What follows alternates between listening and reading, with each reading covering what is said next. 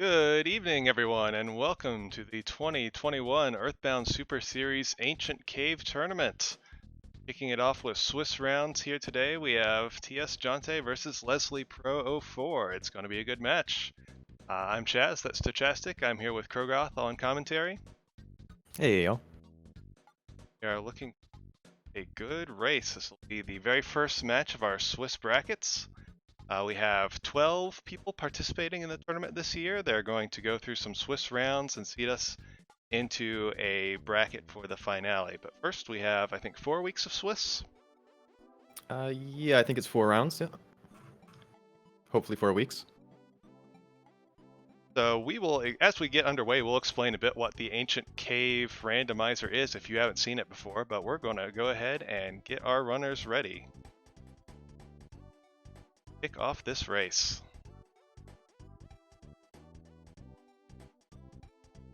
I'm excited for this. I always try and watch the AC randos every year, especially coming off of something as structured as Boogie Tent, Boogie Percent. Just seeing some of the wild stuff that can happen in any AC is always fantastic. Yeah, it's a little bit different from that. And we are underway. All right. And already one going left, one going right.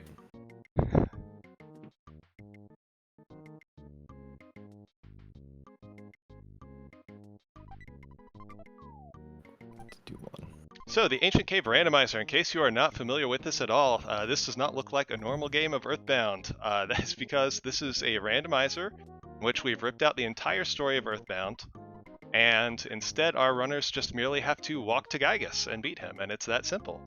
All the rooms in all the rooms in Earthbound have been rearranged into 9 different floors. At the end of each of the 8 floors is a shiny spot, and at the end of the 9th floor is Gygus. Along the way, they'll be fighting various enemies, getting various gifts from item boxes, and trying to get themselves leveled up so that they can take on Gygus at the end of it.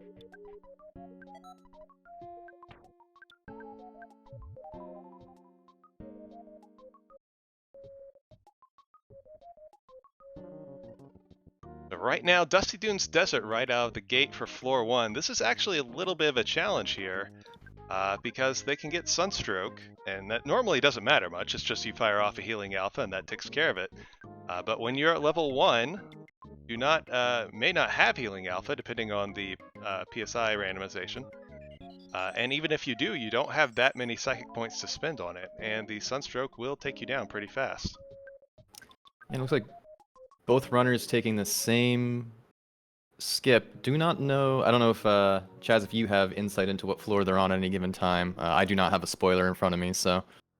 Yeah, I'll be able to check pretty soon. So what has just happened is normally, as I was saying, the game has been divided up into 9 floors, and you just walk up the floors to beat Gygas. However, if you move the NPCs out of the way of any of these doors, that's what we call a skip or an elevator, and it allows you to elevate yourself past through different floors. And both of our runners have taken a double skip in the monkey room. So a skip can be anywhere from 2 to 5 floors away. But a double skip, we could be literally anywhere. They could be all the way on floor 9 already. It doesn't look like they're quite there based on the enemy sprites that we're seeing. Even though everything's a little bit randomized, some things stay, at least in some logical sort of progression. Mm-hmm. You'll end up seeing more and more. I believe diamonds you'll see toward the top floors, and it doesn't look like we're seeing those yet. Yeah, nothing quite so difficult. So they've gotten into some fights here on these high-level floors, and these fights are really dangerous because they are way under-leveled for them. You saw Leslie got a single enemy, and fortunately, Pooh starts out with Freeze Beta, and Freeze Beta was enough to take care of that single enemy. Unfortunately, Thomas on the left got into a fight with 3 enemies, and with those level 1 stats, he had no chance of beating those. So a good start to the skip for Leslie, an unfortunate start to the skip for Thomas, but he hasn't lost that much ground. He knows exactly where to go to get back into that skip and hopefully navigate it a little better the second time. So not that much, not that far behind.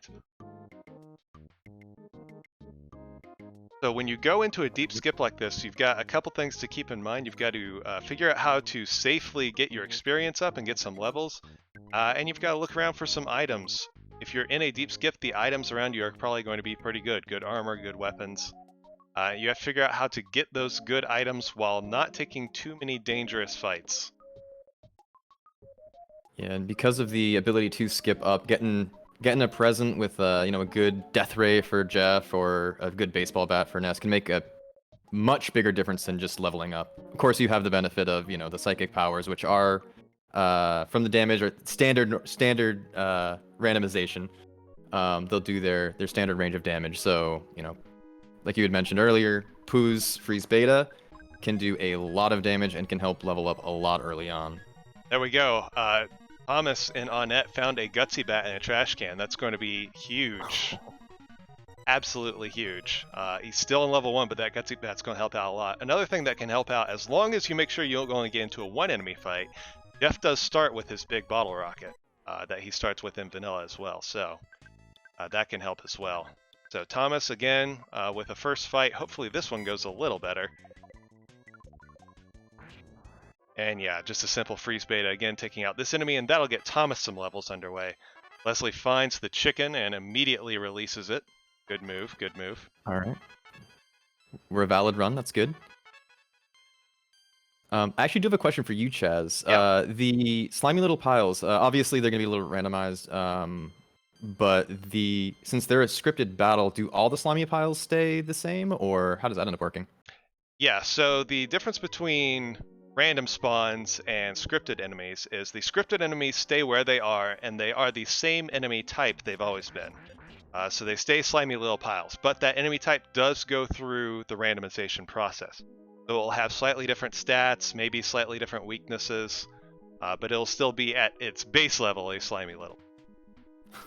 And of course, that also means that it can't be run away from, yeah. So let me see if I can track down where our runners are. Another feature of the randomizer that we have this year that we did not have last year is random music. So we've got music contributed by various people who've worked on Earthbound music acts in the past. And each floor has its own music. So that's one thing that can help the runners know where they are, is the floor music. Yep, there's basically 2 ways you can know exactly what floor you're on, and the music can help remind you if you've either skipped back down to a floor you've been to.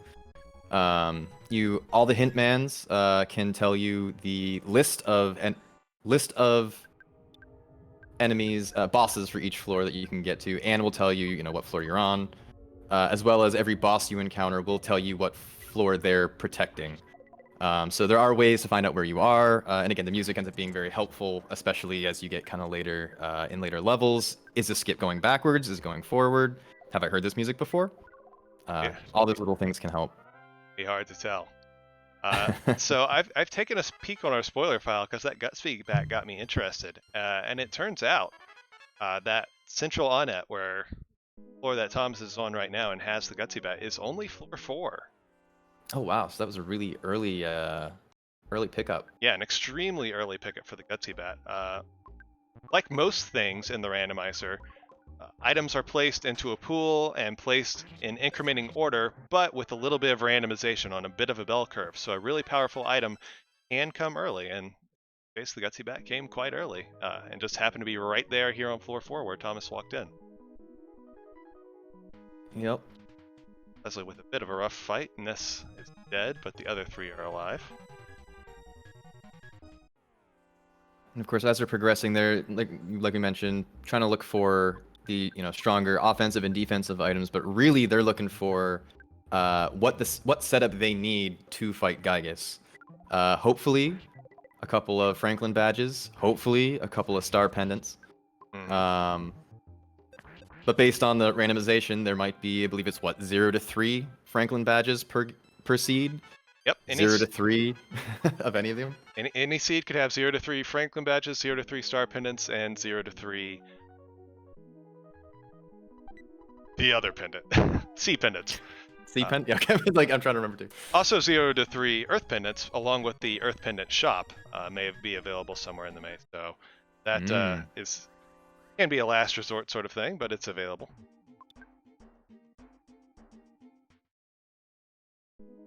So I suspect Thomas, well, he's getting some conflicting results, right? He saw that gutsy bat, but also these enemies aren't very strong either, so he may not know what floor he's on. I don't think if I was in his shoes, I would guess floor 4. He's gonna find out soon. He just hit the hint man. Oh yeah, there's the hit man, and yes, it is floor 4. And we also see our boss list: Shattered Man on 7 and Electro Spectre on 8. Not a dog seed. Evil Manny, not Ness's Nightmare, so no Nightmare, no Dog, the 2 hardest bosses in Randomizer, so the boss list looks pretty easy. Leslie makes it out of that fight alive, just barely. He's gonna be very happy to have seen that. Leslie is on the same floor as Thomas, just exploring a different part of it. It's part of the issue is when you get into a skip, is you don't you end up in the middle of the floor and you don't know which way is forward, which way is backward. If you're not taking any skips or any elevators, you can kind of tell when you're going forward and you've got some forward momentum. But when you just get dropped onto a floor in the middle of nowhere with no bearings whatsoever, it can be kind of tricky to tell where you're going and which way is forward. Mm-hmm. Yeah, because every shiny spot defends it in the correct direction. So if you ever go through a door and find yourself behind a shiny spot enemy, you know that that's the previous floor. So that's the only way really to figure out if you're on the right track. Leslie's just trying to get away from these fights with only Pooh alive. There's not much hope of beating them. Does manage to run away in time. You can see an example of the going backwards that we just saw on T. Joseph. Yeah, it's Thomas. Yeah. Yes, tsjonte? Okay, sorry. Yep. Thank you. Thomas on the left is actually my playtester for the Earthbound Random. He's a longtime friend of mine, and he's done a lot of great work helping me out on the Random. I appreciate all the work. Now, Leslie has found the shiny spot for this floor, so this floor 4 shiny spot. If Leslie can beat this boss, which of course right now he can't even engage the boss because you have to have Ness alive to engage the bosses. But if he could beat this boss, he would get off of this floor. Now the interesting thing is Leslie didn't get to Central On-Net to see that gutsy bat. So if he can get Ness alive here and get through the shiny spot, he'll be in the lead, but Thomas will have a much better equipment going forward, and that could be interesting. Mm-hmm. And you can see Leslie trying to despawn. One of the things of the randomizer is that the spawn plates are significantly more difficult to despawn. Almost, frankly, to the point where it's not trying to despawn everything, but trying to spawn something weaker at best to try and get through. Two mixed results. Yeah, all the spawn plates are a little tougher to dodge than in.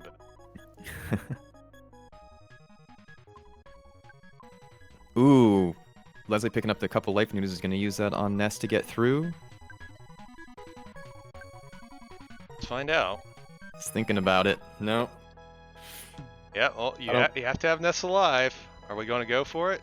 This would be a rough fight to do in this current situation. I was thinking this. Yeah. Which one was it? Oh, I don't remember right this second, but I can check because I have a spoiler file. That's what you do, the spoiler file. If it's not a bad one, having Pooh alive, he's, gonna feel a little weird, so you're taking the chances that he reflects it back on the kids, but with that freeze beta, that could be doable if it's not, Oh, I just heard the guy gets music. Sorry, I was mistaken. They are actually not on the same floor. Leslie is on floor 6. Oh, wow. So there was that whole thing with the double skips right next to each other, and at some point when I wasn't looking, they took different skips. Oh. And Thomas with a ultimate bat. Yeah, there's the ultimate bat. You're a little bit ahead of us watching Thomas go. Am I ahead of you? Oh, okay. Just for Thomas, I think, because I paused it to have them both look. So Leslie got a full party heal there? Or was able to heal, bring the first 3 kids back to life. Yeah, I actually missed that. So if Leslie can take care of this department store spook, might be difficult with extremely minimal equipment, Leslie, but it's possible. Yeah, with those freezes, and yeah, just gonna dump Psychic into him. That's the best way to do it. Gets lucky, targets the Mook, even though he was confused. Maybe Ness will have enough Psychic points left to finish out the job here.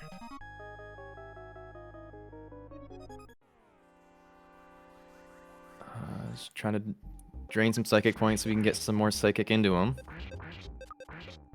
Oh, Leslie got the Resurrect prayer. That was what. Oh. That was a good prayer.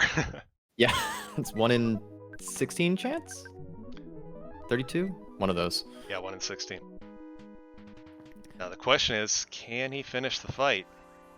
It would be a big boost if he can, and a big detriment if he can't, actually, because I don't recall seeing Leslie hit a phone. And even if he did hit a phone, I don't believe he knows where a full heal is on this, or any full heal period. I don't believe either of our runners have seen a full heal yet, so... Nope. Taking a death there here, it is. Can't get all the way back. Yep, and there it is. Yeah, you're ahead of us a little bit on both streams. About 5 seconds ahead on.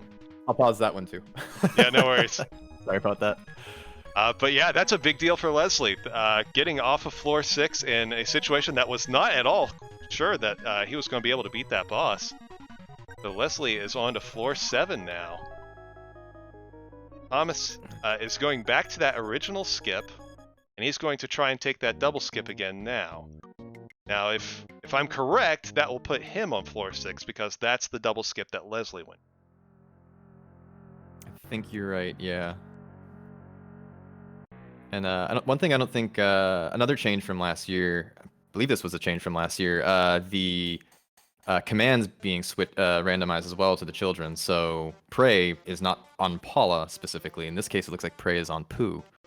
Yes, today's a Pooh prayer seed. I think we had that last time. Here's a free in. Okay. This is good for Leslie. It's not a full heal, but it's certainly good.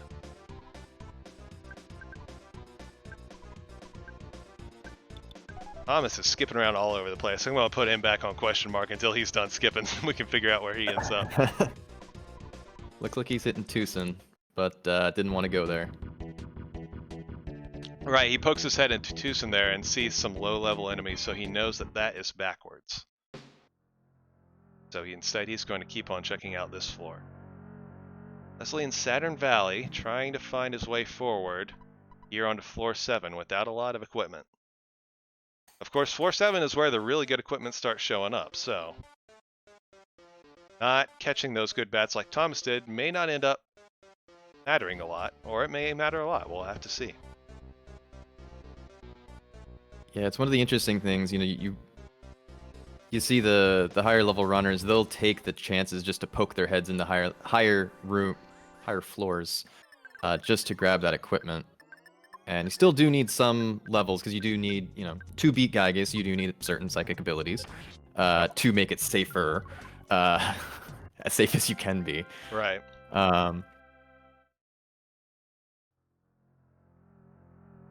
Thomas is here in Rest Valley specifically to look for this gift.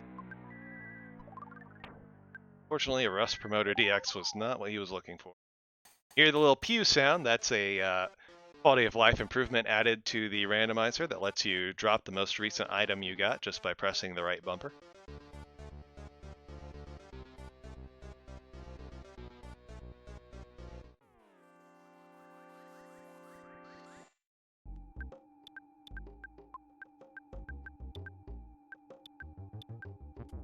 Thomas does still need to find his bearings, while Leslie knows he's on floor 7 and going forward.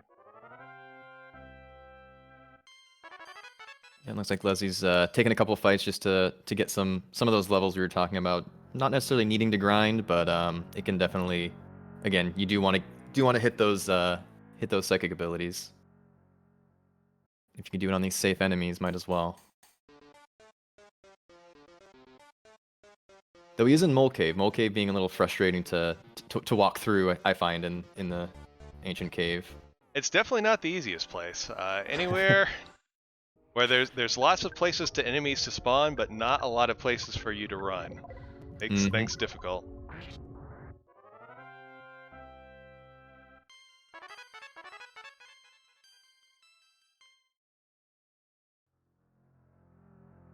I think personally, from an enjoyment level of playing Ancient Caves and watching them, is just having this randomized music and having all of these people submitting their own creations has just been fantastic.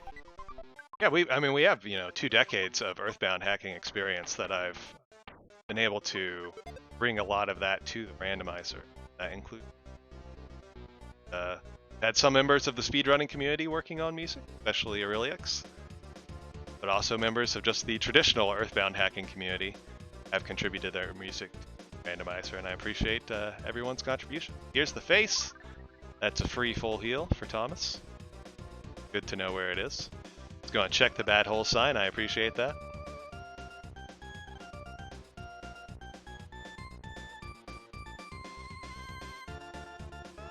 There's Ari in chat. Bad hole.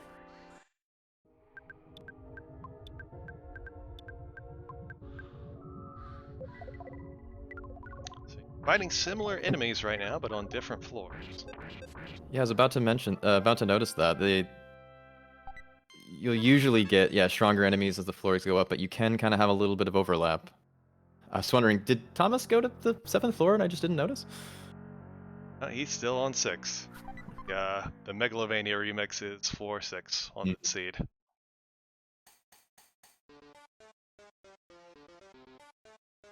Bit of a rough fight for.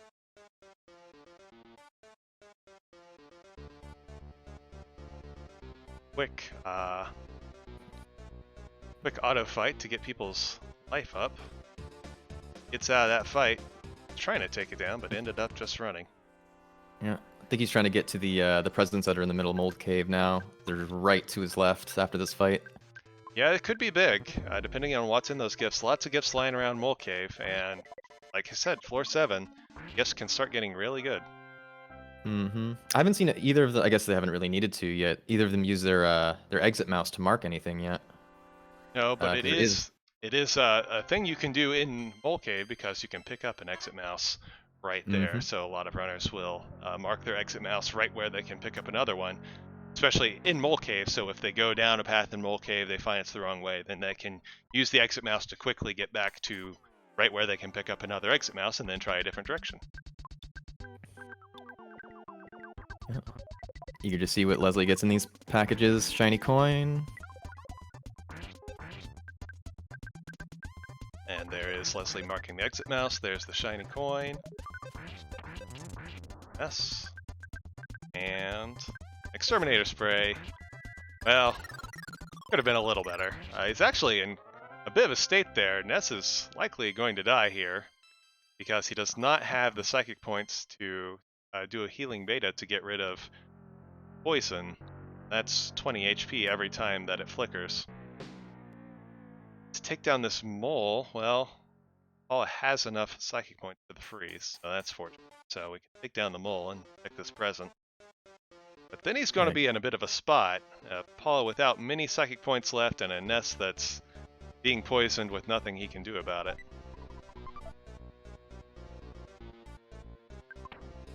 Yeah, I'm not sure how he's going to be able to get out of this. That's going to be tough.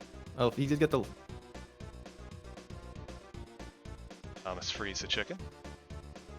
The level up gives him Did enough. get the level up, yep. Gives him enough psychic points, so now he can do healing. And he's back in it. See what gift this mole was protecting. Cherub's Band. Well, it's something. Better than nothing.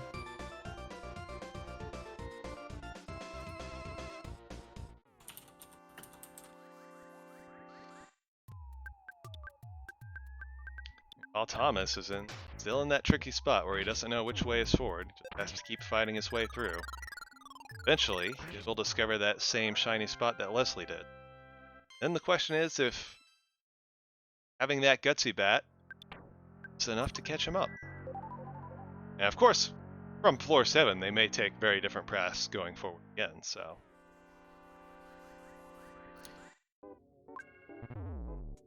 We're still in the early game. No one is ready for Gygus. No one has found a path to Gygus. Nope. Trying to despawn some of these enemies. A lot of enemies without having seen a full heal recently. And he's still working his way through Mole Cave. There's a lot of Mole Cave. Oh.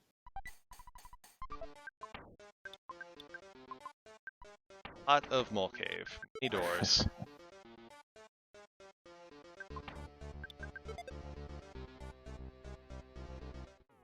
And now Thomas has found the shiny spot, so... should be able to take down the spook. A little better prepared than Leslie was at the time. Be on to 7 as well. Wow, yeah, my streams are way off now.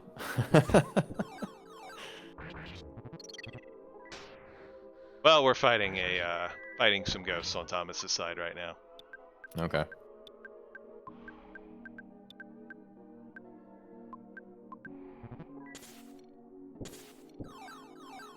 Leslie pokes in and sees the skip to Central on it. He had the cash to pay for it. Of course, taken backwards, we know that that is floor. Depending on the floors that he poked into while he was doing those skips, he may know that as well just from the music, so he didn't bother. Yeah, there's so much going through your mind as you're going through a randomizer, and trying to remember the music is can always be tough.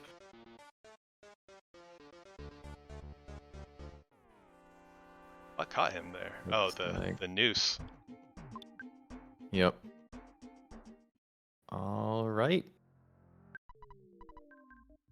Shiny spot fight for Thomas. Mm-hmm. So kind of lucky gets. He's in a much better position than Leslie was. Yep. Still starts off with the fire, but that's not enough to kill. Oh, he picked up an Auto Star Master at some point. Yeah, I saw that, and I think that's gonna do it. That's going to be another difference going forward. Again, Leslie going forward from this point, Leslie is not going to have Starstorm Alpha unless Leslie finds the other Auto Star Master and takes a death there. That's unfortunate. Where was Leslie's last save? Oh, there wasn't one. Oh no. Oh. Leslie is all the way back at floor 1. Oh, that is rough. Now he has to hope he remembers how to get back to where he was. Right, he's been playing for 26 minutes now, and he's gone through a whole bunch of different skips and paths. Can he find his way back? And not only find his way back, but he needs to find a full heal along the way, too. Because trying to do this thing with just Ness alive is going to be rough.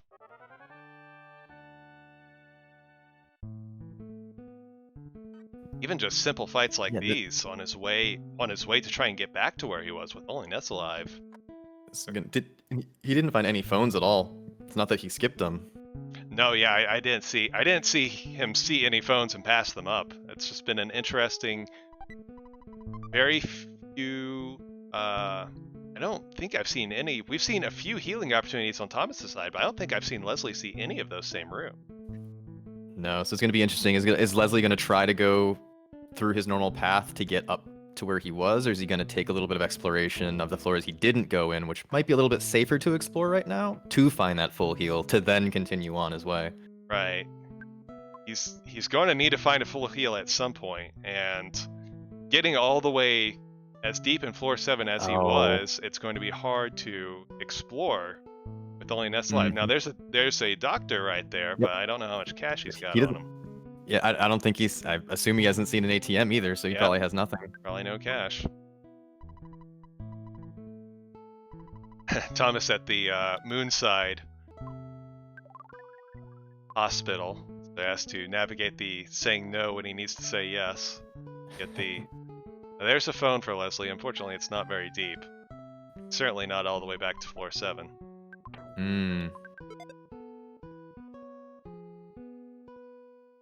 See, looks like he's gonna go through this door. Okay, he did see this hot spring, so that's going to help. That's going to get the kids alive. Still will leave Ness with no psychic points, but everyone else will be in good shape. Now he can truck his way back to floor 7. Yeah, I'd feel a lot more comfortable going now. Ness's rock-ins are helpful, but having all the kids up, especially Pooh and Paula. I think Leslie didn't know that the hot springs don't fill up Ness's psychic points if he's alive. And that's why he took another dip in there. See if that was just a glitch or something. No, that's how those work. If the kid is alive and has no status ailments, then it will not it will not increase their hit points and psychic points. It only fixes status ailments. But when you fix the status ailment of death, it also fills up psychic points along with it. So it's a rare situation in which you'd rather the kids be dead when they get in the hot spring.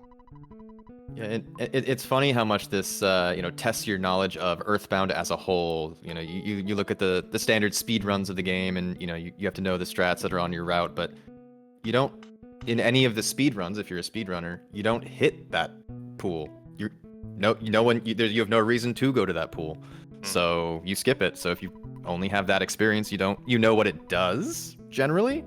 But you may not know the intricacies of how that interacts. That type of depth of knowledge, obviously can really help you in a ancient cave, but it really makes these interesting for both new, established and even just speed running players. Mm-hmm. I find that one of the biggest knowledge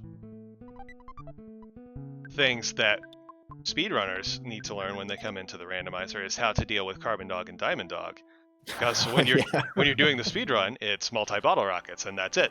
But in most seeds, that's not going to work for you. You won't have found a multi-bottle rocket vendor, or you won't have found a rabbit's foot, make them do sufficient damage. So you have to come up with other strategies, and depending on what the randomization has given you, you might have to come up with some really wild strategies. Yep. You hope for super bombs, but you know what? If you're going up against Gygas with your kids full of pizza, sometimes that's what you got to do. Thomas is found, and there Leslie is now back on floor 7 with a full party, so he's back on track. But Thomas is now slightly ahead of him, plus being better equipped with both the Gutsy Bat and the Starstorm on Pooh that Leslie does not have. How big of an effect those will play out remains to be seen. Yeah, and stumbling into Brick Road at a high floor is really good. Again, since all of them are scripted battles, kind of, you all end up fighting really low-level enemies, but you end up having really high-level items. So it's a fantastic spot to hit on a higher floor. Love to see it on the high floors.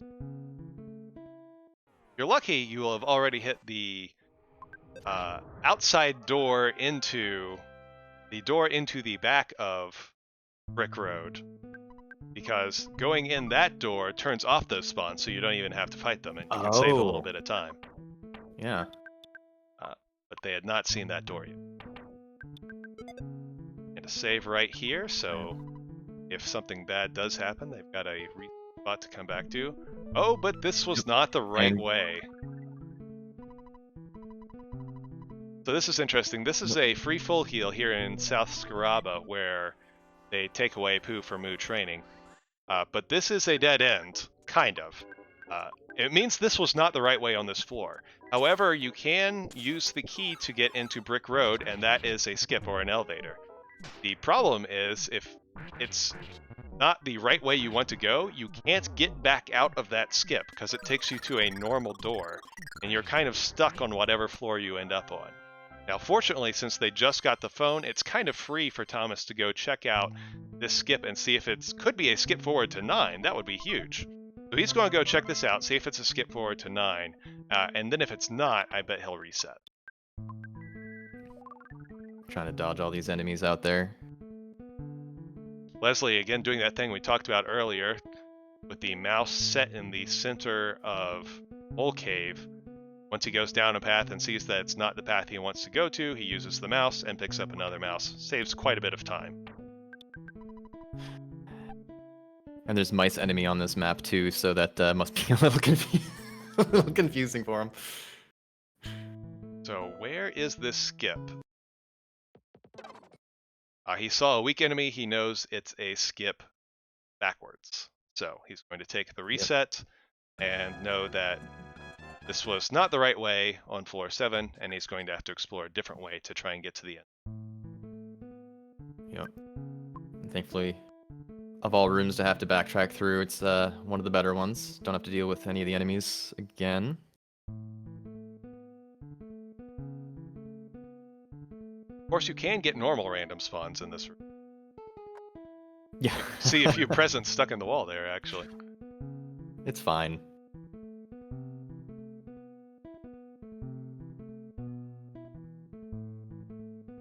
So both players are somewhere on 7.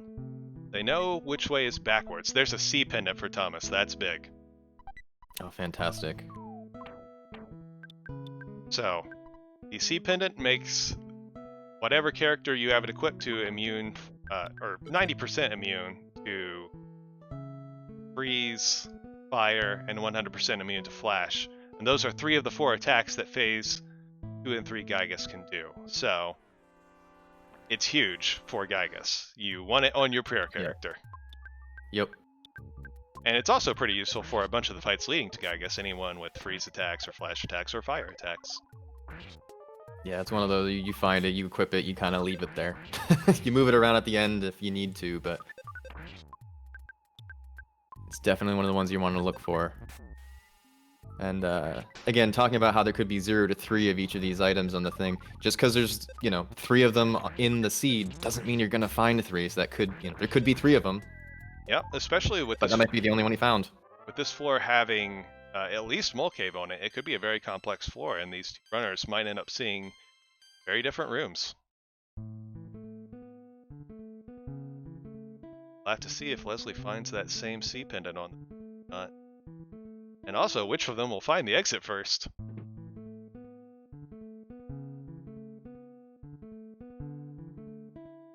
There's another skip. 2 more skips, really. The theater room and Belch, those are both skips. At this point, the chances of them going forward are probably very low.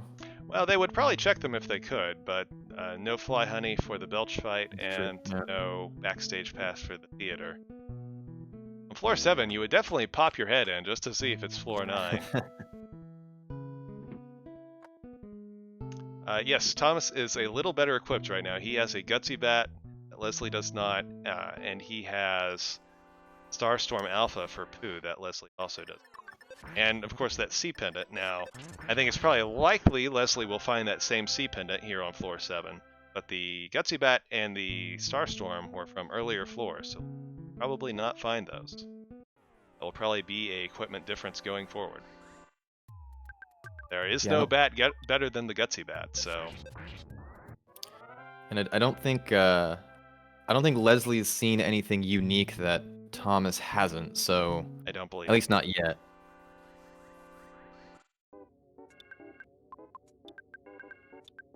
And depending on how you're feeling going into floor 9, you might do more exploration on a higher floor again to get those high-level items, or maybe find a shop that has super bombs. If that's, or find the Happy Happy Village shop for free super bombs. Right. That's always the holy hope. grail. Leslie used the improved spy on this enemy.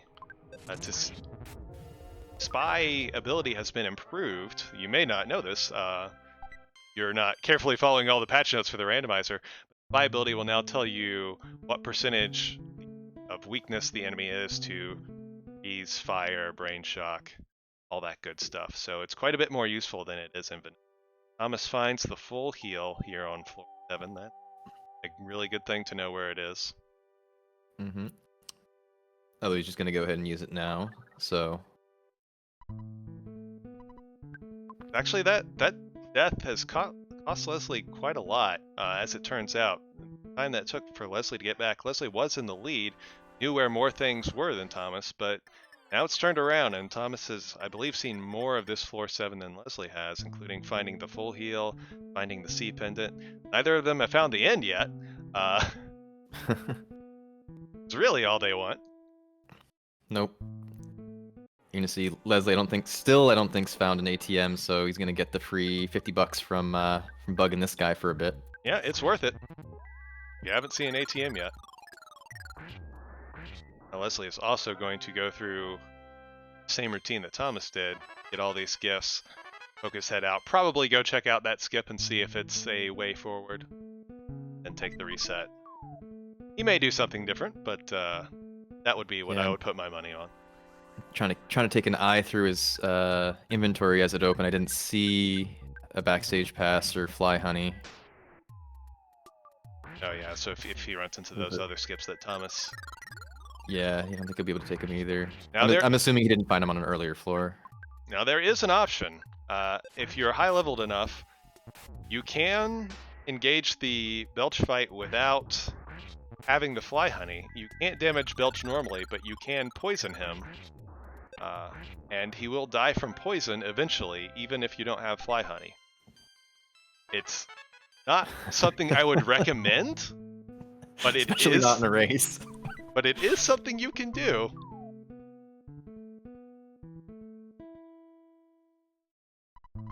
And then find out it skips you back down to floor 5. Well, yeah, they may also, just by poking in, hear the music and see that it's a lower skip. I don't know whether it's a lower skip. Might be able to find Belch room on this spoiler. Not a big room. You can also probably get there from Brick Road. Just follow the doors. Yep. Again, these mole fights being scripted, they're gonna be pretty easy. Thomas just freeze him. Take care of him pretty quick. Both of his freeze kids alive and with plenty of psychic points. He's retracing the same steps Leslie did in Mole Cave, but it's going to be easier. Yep. And what I hadn't noticed, I'm sure Leslie got this. This is an Auto Star Master, so it looks like Thomas has Star Master Omega. Okay, so Starstorm Omega for Thomas. That means Leslie almost certainly got that. Got the first one. Has Starstorm Alpha. Yeah, which is huge. That's going to help a lot in Gygus. Right, having Alpha is a bigger deal than having Omega. So it's a little bit more even than only Thomas having Alpha and Leslie having nothing. Yeah. Leslie's going to use the mouse here. That's interesting.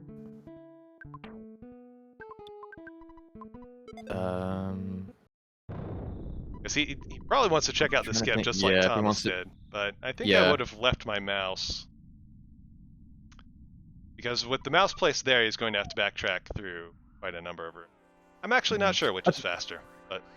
Also, at the same time, it is a full heal, so maybe he's marking that. I mean, Oh, just for future use. Yeah, that could just for future use. Yep. But then I guess he wouldn't be going further into South Scaraba. Oh, we'll see how it plays out. Yep. More skip rooms. Skip sandwich to move someone out of the way. This could be a skip onto 9. The odds aren't high, but we're certainly going to check. So this is just a little speed tip. Rather than waiting for the NPC to eventually wander out of the way of the door, you can leave and come back in, and then the NPC will just be out of your way all the entire time. Thomas can tell from the music that's a skip backwards, so he abandons the skip and gets back onto 7.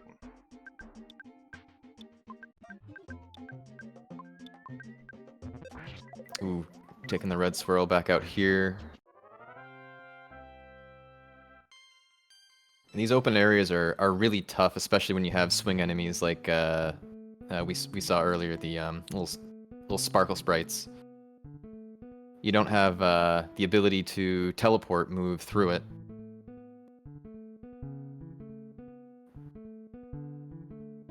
Because I believe all teleporting is disabled, so you can't even use that for the quick juking. Mm-hmm. Yes. Yeah, there are no skips from 7 to 9. Oh. Checked my spoiler file real quick. There are skips from 9 to 6 and 5. Multiple skips from 9 to 5, but none from 7 to 9. Yeah, and I don't think at this point either racer is gonna think about going back to try and skip up. No, they're not likely to backtrack, so that means we're just pressing forward from here, straight through from 7 to 8 to 9. So we said Leslie hasn't seen any ATMs, so he's going to take this opportunity to sell some items and actually get some money. Yeah, which is more common and ended up being a lot more reliable, I think, than trying to find an ATM in the first place. Dude, we get off floor 7. They have both been here for quite a while. Yeah, I'm trying to think. Is this a really large floor? Are there a lot of clusters that are... I mean, I know Saturn Valley's not too bad, but... I haven't seen any huge clusters, is the thing. It's just been lots of small ones, I guess.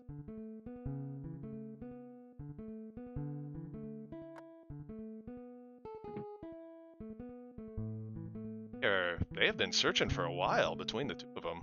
And searching different doors? Yeah.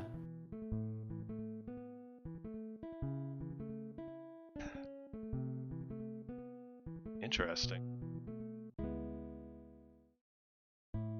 Huh. And I only thought about this now. Having the palette swap, which obviously we can see, well, both runners are using it.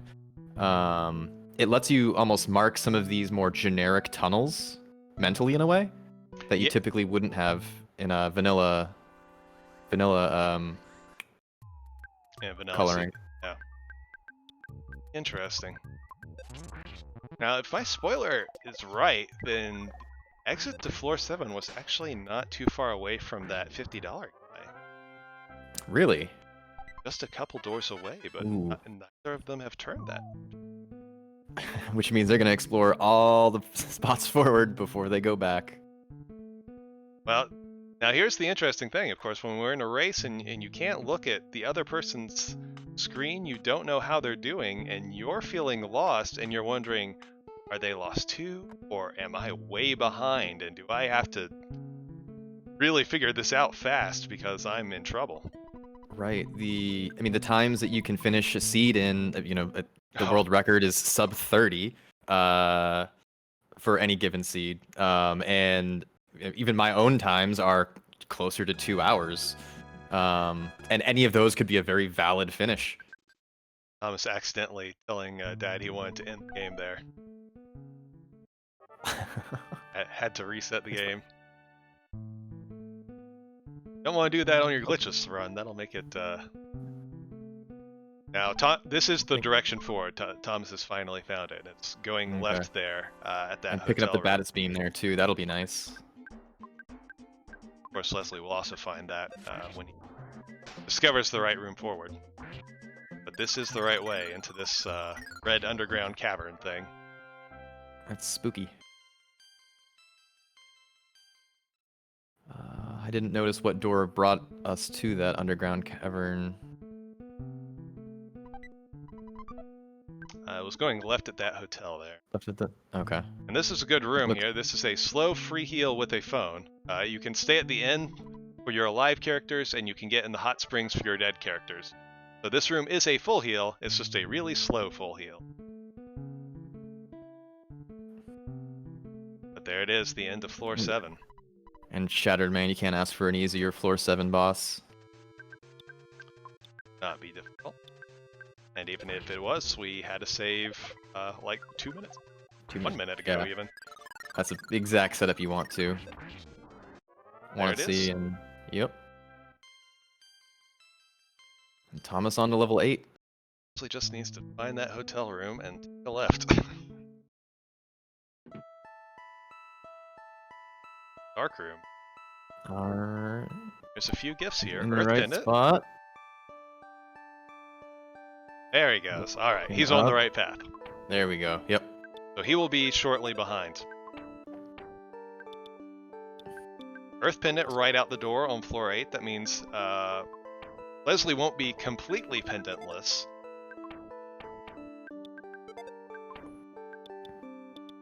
Yeah, if I were Leslie, I'd be hoping for multiple on the next 2 floors. He did pick up that sea pendant though, right? Surely. Did Leslie pick that up? He must have. Must have explored that entire floor. Very spooky music here for us on floor 8 today. Item reshuffling going on Thomas's side. Everyone's favorite in Earthbound. Item organization and menuing.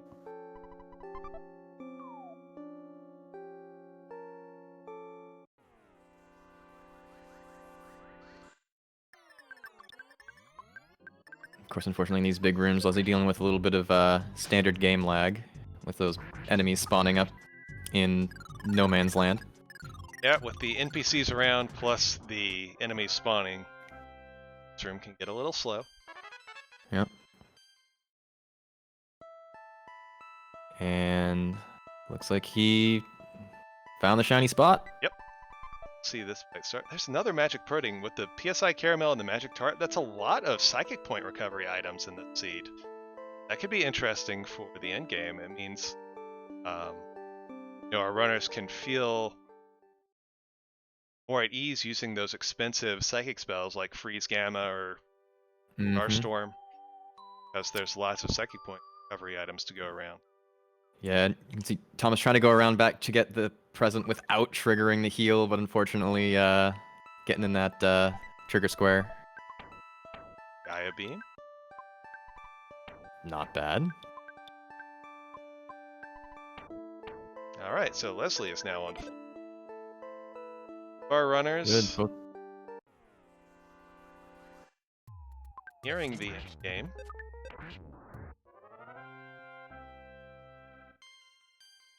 And with enough equipment, they could go for Gygas. Okay, yes, he did pick up the CPN. Yeah. Okay. Yeah. They both have a sea and an Earth. If they find Gygas, they could go for it at this point. So at this point, that death down from 7 to 1 didn't put him down as much as I would have thought. Question from Seawalker: what's needed to beat the seed? Technically nothing. All you have to do is walk to Gygas and beat him. Beating Gygas with no equipment is very difficult. But some people have done it. I have seen some runners do it with no pendants, no Franklin badges, no nothing, just bare knuckling out Gygas, taking every hit and lifing up as they go and muscling it out. But most people will want at least one sea or star pendant, and then cross their fingers for more or some Franklin badges. The real runners know to just throw chickens at Gygas. That's how you beat him. Gygas generally doesn't have any resistances. Now, if you get a really unlucky seed, you may get a Gygas who is strong against freeze. Normally, he's just kind of neutral against freeze. In the unlucky seeds, you get a Gygas who's strong against freeze, and then you have to hope that you have some super bombs or a heavy bazooka, some other way of doing damage, or you may be sitting grinding out incremental damages against Gygas for a long time. Another magic pudding, more psychic point recovery items. Oh, they must love seeing that. And of course, Gygas can't be strong against Starstorm, so between Starstorm and the psychic point recovery items, we don't have to worry about Gygas being too tough in this seed. Yep. See Thomas pulling out $20,000. A couple loans from Dad. I'm not sure you're gonna not sure if you're gonna see another ATM, so you want to pull out as much as you can every time. Yeah, if you come across a Super Bomb vendor on floor 9, but you haven't seen an ATM since floor 8, you'll be really sad if you didn't pull out enough cash. Especially if you can't sell to them. It was just a buy vendor.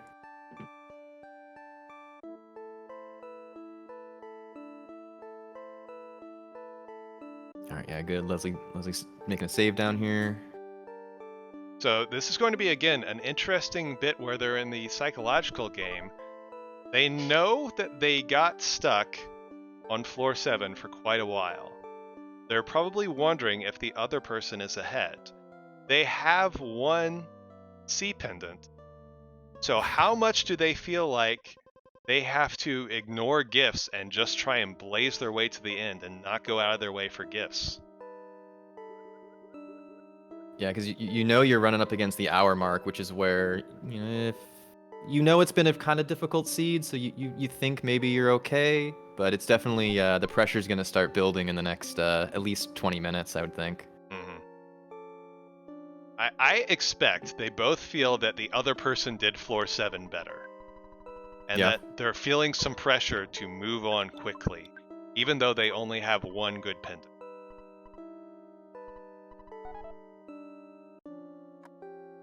So we'll see how they play it, if they continue to go out of their way for gifts, or if they just ignore everything and try and hit doors. Thomas has found his way to the boss of floor 8. Mm-hmm. It's an Electro Spectre too, so... No Franklin badge, so he's not a cakewalk. Do have some good equipment. Ooh. Ooh. I thought he was using the alpha to... Oh. Yeah, he starts... He has a shield killer, too. He tried using that. It didn't work, though. That was the enemy using the shield killer. Oh, sorry. Oh, yeah. Yep. Got it, okay. So that Psychic Shield, he's just going to get it off with Freeze Alphas. And then try the Starstorming. Now the Neutralizer, that would get rid of the shield. You want to get lucky and have the Electro Spectre use the Neutralizer on the first turn and eat up his own shield. That's what you're really hoping for.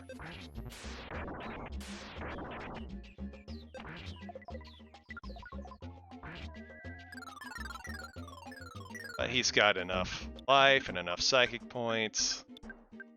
Yeah. Suspect that even with that turn 1 reflect won't be too much of a problem. Yeah, the ludicrous speed text patch definitely.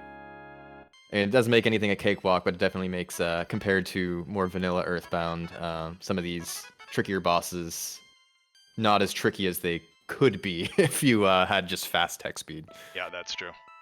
So Thomas is on to floor 9. He is looking for Gygas. As soon as he goes through that door. There we go. Thomas is on floor 9. There we go. Try and despawn this big pile of puke here. No, that didn't get any better. Nope. Nice green swirl, though. Yeah, of course, as always, as you're late in Earthbound, late on the AC, you're going to try and abuse the Starmen spawning. If you hit them in any direction that's not the top, you get a green swirl, so... Of course, interactions with ropes in your green and red swirls are always weird. Yep. Just say interactions with enemies in your green and red swirls are always weird. Well. Oh boy, the sewer sound with this custom music's interesting. Alright, so we found the full heal on floor 9. It's very early in floor 9, so this could be a problem depending on how long it takes to get to Gygus. If your full heal is this far away from Gygus, it could be difficult to get to the Gygus room at full health, depending on what else we see. Yeah, you're hoping for a Magicant mom, or I think they've already found Onet mom. Of course, that's an opportunity where the exit mouse could come in handy. It's true. Love going around in the sewers on floor 9 with the super fast enemies while you're sledging through. Hearing weird beat sounds. Oh. These tubes are the worst.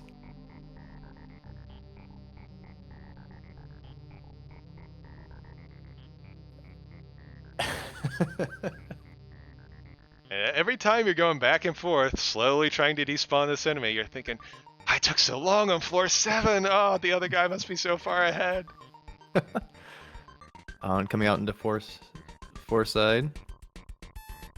I'm ahead again still, I think. Yep, there's, well, that's Summers. Summers. Right. There's a few fair doors.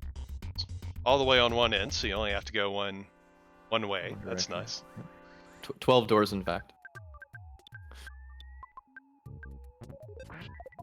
Anyone who's played a non-rando version of Earthbound is very familiar with the foppies, or boppies in this case. Because of the randomizer, they may not have the same kind of experience boost that you might think they would. That's true, and they also may have way more hit points. It's part of the factor of the randomization is there's also some shuffle of attributes. So enemies may get nearby other enemies' attributes. For instance, like the coil snake may get the runaway dog's hit points, for instance. Part of what that means is since the foppies are usually so weak, they may end up getting the hit points or the defense or the attack of a much stronger enemy, and also not have that great experience anymore. So, Yep. Oh, and Thomas finding one of the better rooms you can find, the revitalizer and a phone. Great room to find on floor 9. This completely negates that worry about the full heal on floor 9 being so early. Now we have a full heal right at our save, and it's a fast one too. That's a big breath of relief.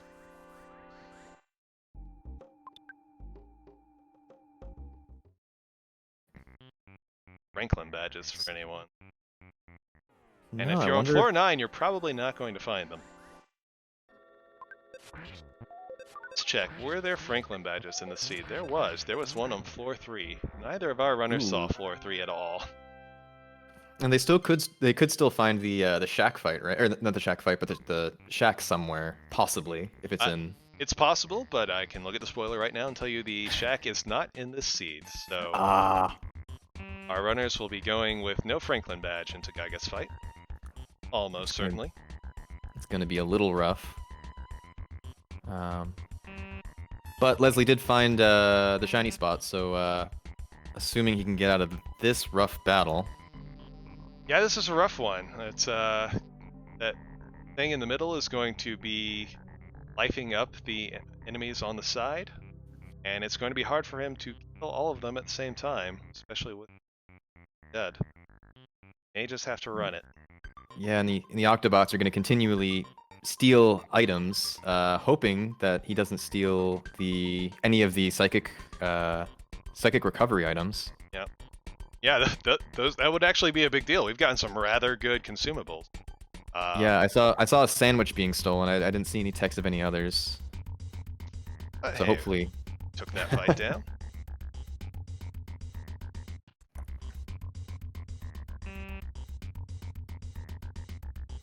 Now he'll be a shiny spot.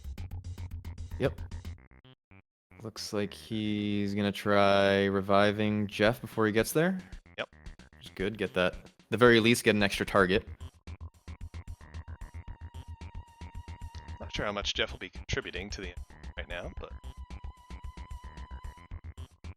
well, if he knows that it's Electrospectre, having if he has the Battis, I don't think he got the Gaia Beam. If he has a Battis Beam, that could do a little bit of damage rather than having to wait for the Psychic Shield to go down. Oh, but yeah, here we go. He knows that the shield's up, so he's gonna try and take it down with thunder. Right, so The thunder, the first thunder that hits will still reflect, but then that will instantly break the shield instead of taking 3 rounds of normal psychic attacks. Thunder will break the shield after 1. Another star pendant for Thomas. That's got to feel good. He's now got 2 characters that will be well insulated from Gygas phases 2 and 3, and that's important when you don't have a Franklin badge because you can put the other star pendant on either Ness or Pooh. When I believe Paula has prey this seat. Is that right? Or no, Pooh has... Pooh is prey. Pooh is prey. Right, so then in that case you can put the other pendant on Ness, and you can keep Ness alive to life up Pooh in case that Pooh gets hit by thunder. Yeah, I'd still be a little like having all the defensive items is great, but man, not having offensive items can get a little scary too. So you know he's hoping for something, super bazooka, or heavy bazooka, super bombs. Right, of course. Anything. Pooh has Starstorm, but you don't want that to be your only major offensive output, along with Paula's Freeze, of course. Because just like anything, both Pokey has randomized everything as well. He could have a Psychic Shield for all we know. That's not super common, but it is somewhat more common for Pokey to be resistant to Freeze, so that freezes only do like 20 damage, in which case you want some other way of doing damage. Right. Whoa. So, going back to the subject of ropes being weird, check out this red swirl. He didn't even touch the bottom, and unfortunately got hit in the back by him. Dino just reached right on up and went chomp. He is tall. It was the bear. Leslie, unfortunately, with Pooh down, make this fight a little Paula out of Psychic Point. Damage output right now is mainly Rockin'. Of course, he does have Paula on magnet duty to get some freezing, but it's not going as smoothly for him. Nope. Looks like he's actually going to break into his magic truffle. I mean, if trying to get to floor 9. Yeah, you want to save all the good items for Gygas, but at the same time, you got to get through this fight. Yeah, do not want to take a death here.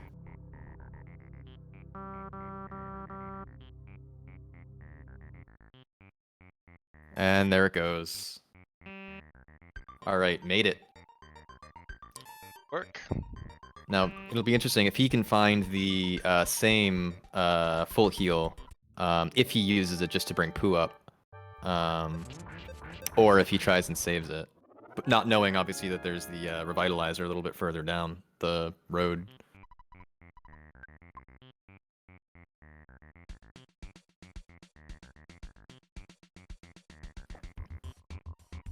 Convenient phone and hotel.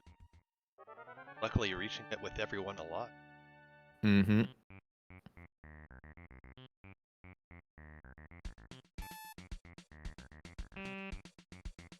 Another phone and hotel in the next room over. Oh. And this, Thomas is happy picking up that heavy bazooka. Heavy bazooka is great. That is going to make the Gygas fight go much faster.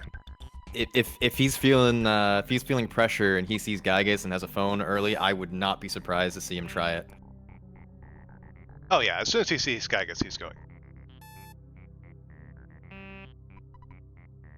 Potential damage output at this point with Starstorm and Heavy Bazooka and a well-leveled Paula with lots of Psychic points and Gutsy Bat on Gutsy Bat on Ness.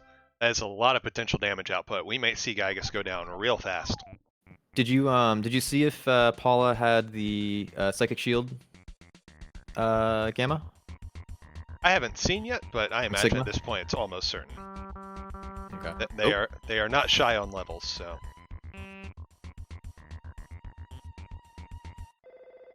And there it is. There's the Gygas room. There's the Gygas room. What name will Thomas go for?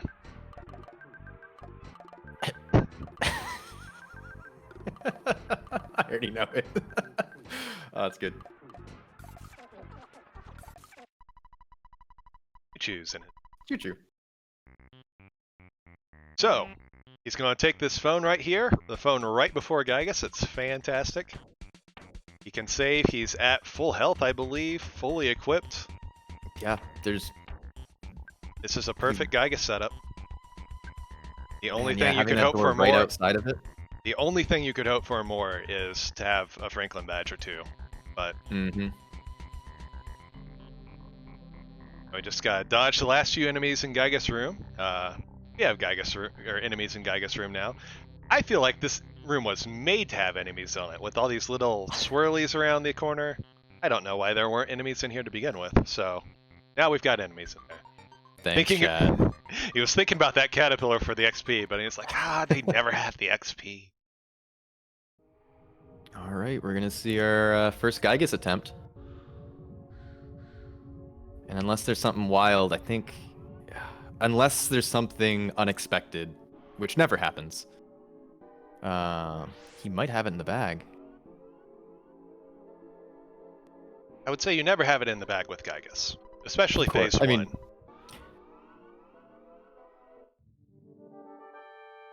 I mean, phase 1 Gygas, you can always just have Pokey just refuse to be paralyzed and just charge forward and kill all your kids. Like he could just do that. If Pokey feels like meaning business, then it can be really hard to deal with, unless you have some really fast menuing. Oh, but the first turn first, and the first turn numb. This is looking and he pretty got the shield solid. off. Yeah. Pretty solid for Thomas, as long as he keeps all his menuing in the right place, and I guess phases 2 and 3 don't get too frisky with the lightnings.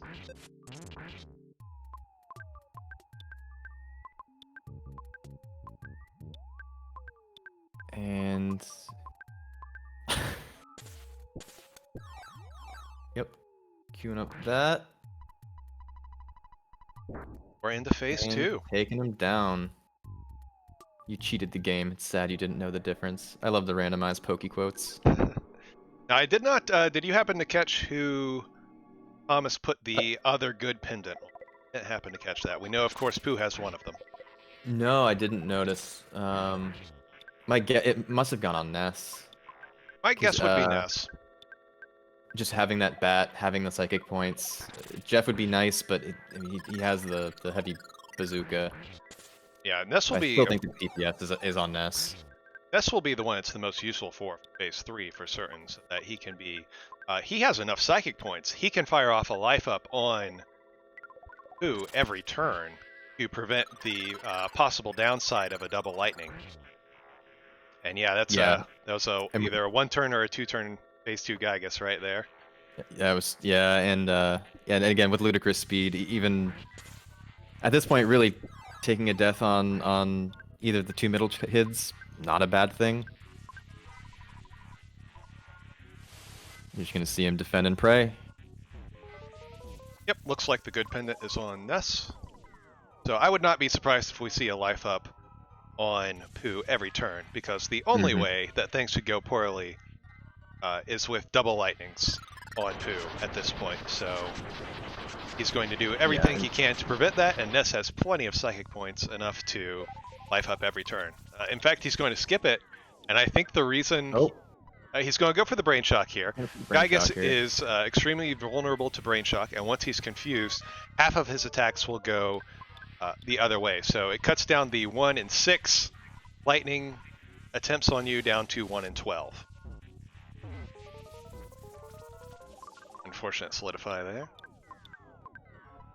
Yeah, I'm just gonna give him a dead turn. I was going to say, if Thomas was just playing casually, the safe thing to do here would be to life up every turn. The reason he might not is what I was saying earlier, in that he feels like he may be behind, and he does not have time to life up every turn. He may think Leslie is in Gygas phase 3 right now, and he may be menuing very fast to try and get the victory here. Yeah, it does have a different element. You wouldn't you wouldn't think, seeing a normal race, oh yeah, they might know they're ahead. You can't do that in this. And it makes mismenuing always an issue. But Thomas is a good player. You shouldn't hurt him too bad. I haven't been counting the prayers, so I'm not sure where he's at. I think We're somewhere around prayer 4, 6. 4, 6. Oh yeah, okay. The damage is still a little bit low. Just gotta dodge those lightnings. I say he is playing it. It's not risky, but it's not free because he's not doing the life up every turn, so the double lightning could get him. This is not a lock.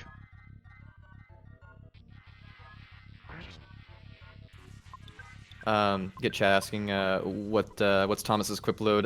He has two C pendants and an Earth pendant somewhere. The C pendant, one of them is on Lulu. We assume one is on Ness. And the Earth pendant is who knows where at this point. It doesn't really matter. It's pretty irrelevant. We just have 2 prayers left to go.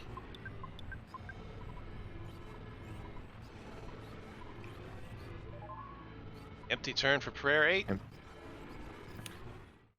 And round 1, seed 1, or Swiss 1. First match of the Swiss round of the Earthbound Super Series Ancient Cave Tournament 2021. It's won by tsjonte. Congratulations with a time of 1:12:49. 49. That's a good time too. Sure, he was looking for another sub-hour like he got on his practice earlier today, but it is good enough.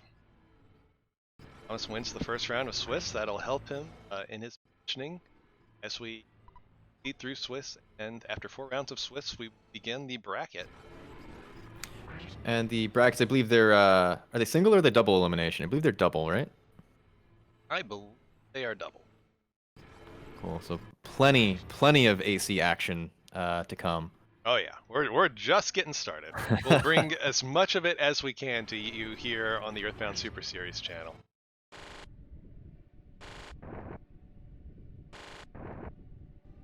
Congratulations to those who correctly predicted the results of the race and Twitch poll. Very nice. And we're gonna see Leslie at least continue on.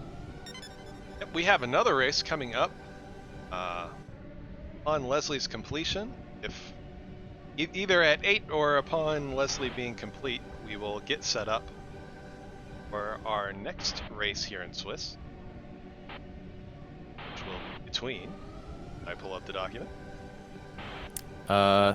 Temple and Protoman Nerd. That should be a good one. Protoman Nerd's first time in the Ancient Cave Tournament, I believe. Yep, as far as I'm aware. And Temple, I'd say needs no introduction, but Temple has played Earthbound before. A couple times, and has played a couple AC seeds as well. Leslie hits the name door. We'll see. But straightforward. PO4. All right. So we'll watch the credits roll on Thomas's side. We'll see some of the changes that we've made to the randomizer credit sequence.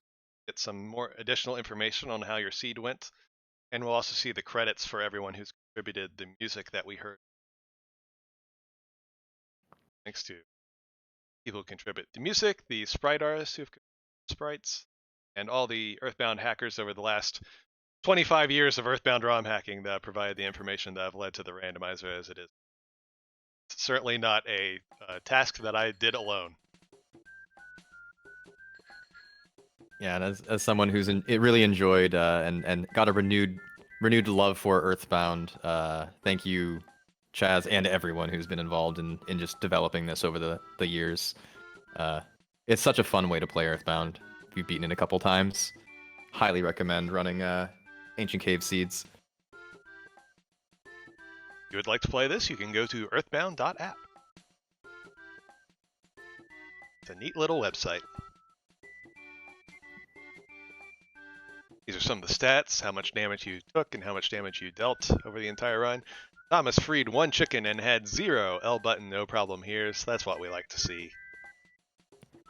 Yeah, and those are the NPHs are going to be a factor as well. I believe they're being used as the tiebreaker through the Swiss round. I believe that. So Uses me greatly, but it's also going to be interesting because this is going to be the first year that turbo controllers are going to be allowed. So while you might use a turbo controller, you might want to make sure you're not spamming it too much. Yep, it could be bad. Because that could set you back. Here you see on the credits Aurelius and Andy Perfect, the winners of the last 2 years of Ancient Cave Tournament. The winner of this tournament will have their name added to that list right there.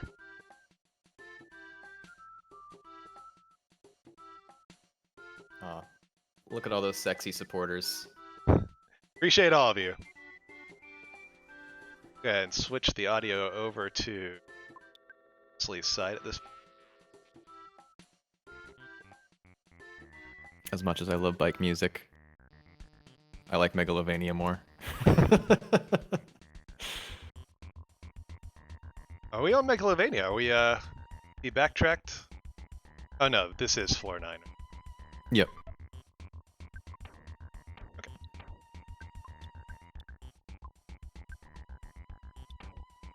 Right, he's the back Megalocrachia remix. Oh, yes, that's true.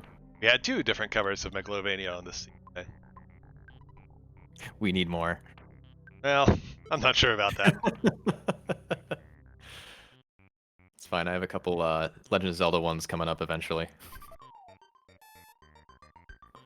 So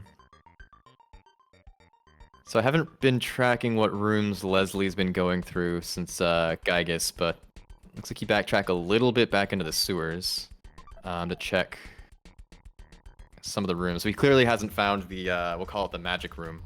Yeah, we've not found Gygus yet.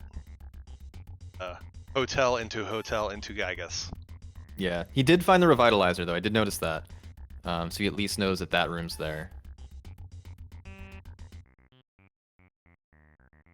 Maybe he got lost. I feel like he checked most of these rooms. Summers skipped a door. Do you remember which room it was that? Oh, this is the. It was the shop into. Well, not the shop. Excuse me. Oh no, that was to the revitalizer. I'm not even having to pay attention to things in the randomizer, and I don't remember the floor. Right. Well, I mean, this is part of the issue. Is when we get like hotel into hotel, which is the right way forward. You have nearly identical rooms back to back like that. It can be really easy to accidentally miss a door, especially when they're nearly identical rooms with multiple doors. Yep. And you're dodging the hardest enemies in the game the whole way.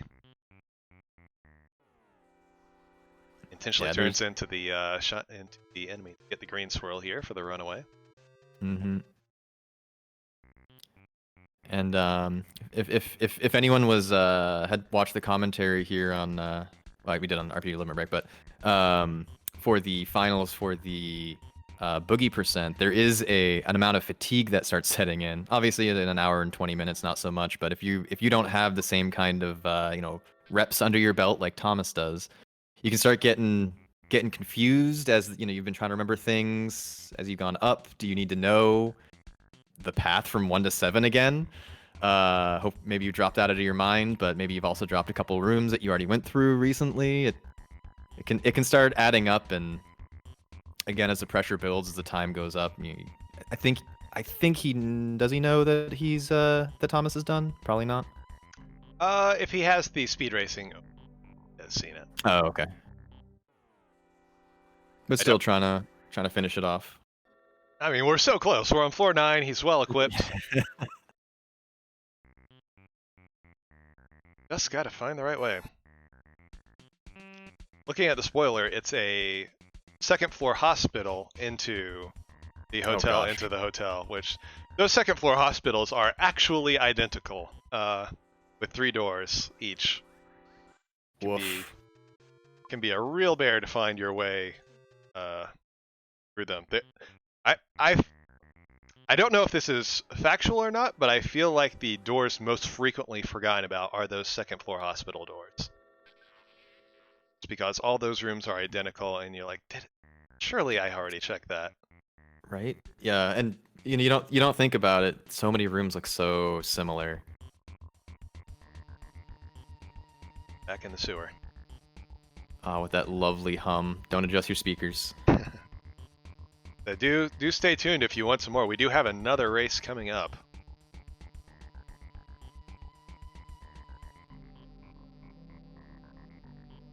That's almost like Jaws music, though. Da-na-na-na-na-na-na. Yeah, the sewer music changing depending on the backing track has led to some interesting results in the past. Hex the keys. No problem here, right there.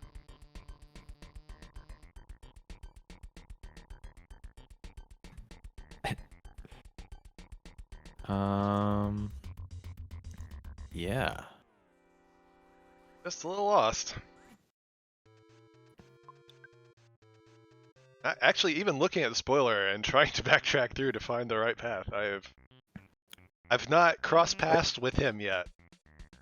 Yeah, I was trying to think, like, I know this is a different, so actually two sections of sewers are both on floor 9, which is awful.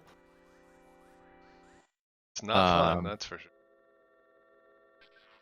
And usually, I mean, when you're you see the on floor 9, you're gonna have to go through it, but if you see it on a lower level floor, there's always a part of your mind that's like, you know what, I'm gonna go check the rest of the floor and really hope the way through isn't through this sewer. Yeah, for sure.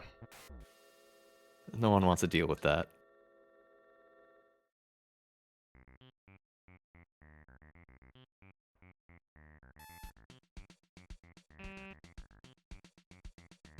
Oh, finding the pizza man.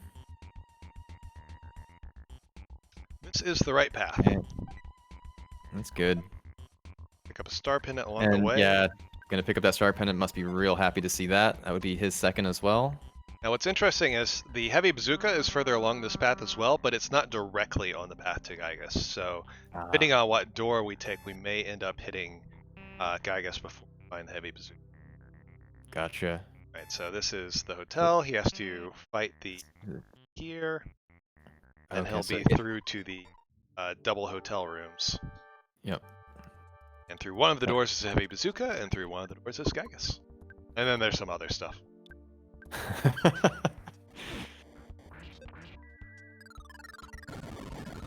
yeah, and this being a scripted battle should have very little problem, but sometimes you just want to starstorm them. Always feels good.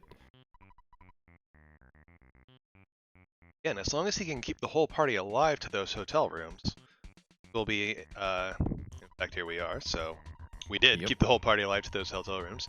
In a similar situation as Thomas, where he's going to have a hotel with a phone, with his full party alive, right outside a Gygas room. Mm-hmm. He's gonna poke his head in, but not go through, and there's our heavy bazooka. There's the heavy bazooka.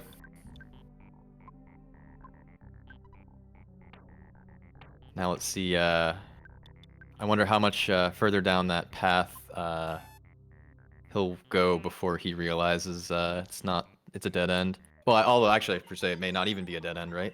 Yeah, it is a dead end. That's the is that what a dead end? Okay. That's the room that just has the gift on the other end of the the robot fight there. That's an interesting room because this isn't something a whole lot of people know, but there's a bunch of various rooms with the scripted encounters along the way, right? There's the room that we just saw that has the slimy little pile in the middle of the room, and then there's the room that we just saw that has the robot guarding the present. Mm-hmm. The rooms that have a scripted encounter that's blocking your way, like the slimy little pile room, those will never appear on floor 1. With the idea that it's giving you some time to get a couple levels, so you're never going to be like, have a slimy little pile immediately outside of Ness's room, and if you can't beat him, then the seat's just screwed. He's done. Right? That's nice. But those dead end rooms, like the room with the robot guarding the present, those can appear on floor. So again, if you can beat that enemy on floor 1, you can get a rather big experience boost. And since they're dead end rooms, you may have seen them while your opponent did not see them. So you could get a big experience boost while your opponent may not have ended up seeing that room because they went a more direct route. So of course they'll be a little bit ahead of you, but you will be way ahead on levels. And early on, that's huge. You can get those instant wins faster, so you can end up exploring floor 1 and 2 faster than they can. So, a little factoid for you there that not everyone is aware of. Beta, unfortunately, but does not survive it. Does have a way to revive Pooh, or will he get a life up off? No, he's just going to take the reset. No reason to spend a lot of time on it with that save right outside the room. Yeah, you gotta hope you outspeed to get that shield up. But like you said, it's not that much of a time loss. Betas are only 37%. Talking percentages, man after my own heart.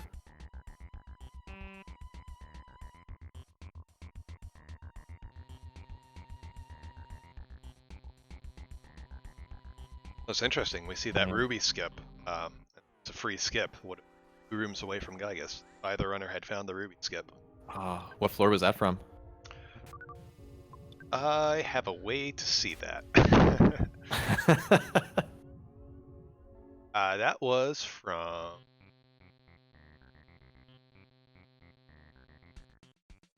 I do not have a way to see that. Darn. I suspect it's this skip that was from floor 5. Okay. But of course, that would have meant skipping over all of the Sea and Star pendants that they would have found along the way. So you would have got to Gygas, but would not have done you a whole lot of good. At what cost? So you're going to go in number 2. Hopefully he doesn't beta this time. Against the quaint Nemesis.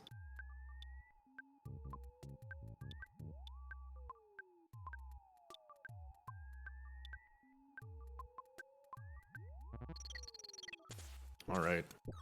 And able to serve... Beta, but everyone lives. Beta, but... Yep. That's good enough. We'll see if we get the paralyze off. Oh no, Ness is homesick. Oh no. Wasted the paralysis turn. Well, we'll know for next time. If this one doesn't work out, we're right at a phone, so we can just call Mom. We can just make the call. Now, you do have to call Mom twice, because being that this is rando, you haven't done the first Mom call yet, and the first Mom call, the one that sets you up to have Tracy in your phone, does not cure homesickness. You have to do the first Mom call, which does not cure homesickness, and then do a second Mom call, which will cure your homesickness. So don't get caught up by that if you happen to get homesickness in. Yeah, and that's going to make the further phase a little bit harder too, because again, trying to keep Pooh alive, now your free life up might crave hamburgers. Not ideal. Although we did get, we are getting these freezes here, I believe on the charging turns. Yeah, so even though we didn't get the paralyze off, we got the freeze on the charge turn, or the solidify on the charge turn. We didn't end up taking any damage there, so no big loss that the paralyze didn't go off. Nope. Now we're gonna see the alpha dump. Doesn't have Omega, but still has alpha, Starstorm, so it'll make it a little quicker.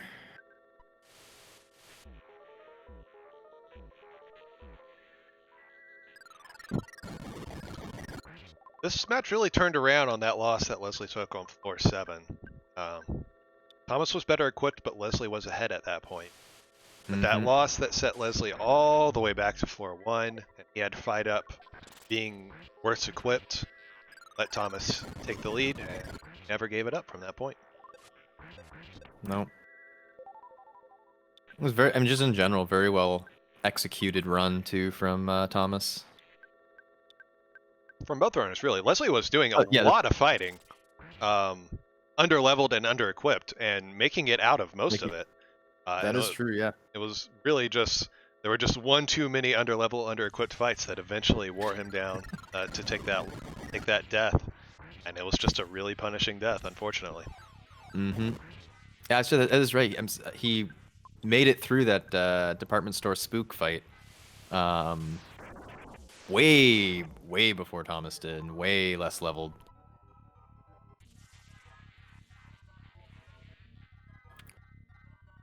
So now we're getting through the phases. I think at this point, a lot of the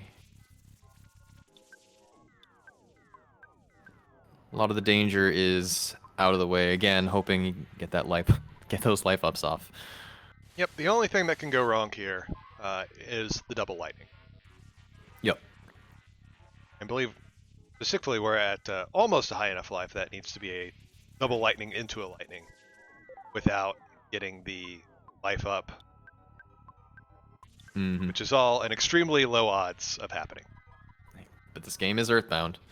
Yeah. It is Earthbound. There's no doubt about that. Oh, I'm not jinxing it. I'm just saying things that could possibly happen, even though they're extremely low odds. That's not jinxing. Nothing is being manifested.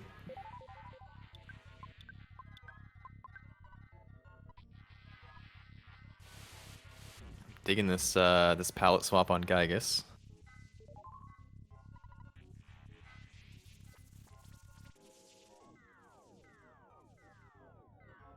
Yeah, I do like adding the palette green? swaps and the custom music. Gives a nice. I think it'll keep all these matches fresher as we see so many of them in the upcoming weeks.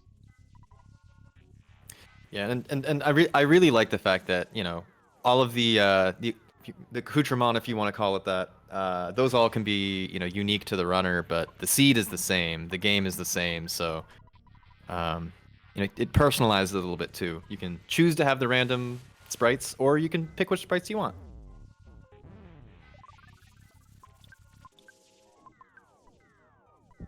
I guess it's taking a little bit longer with the solidify there.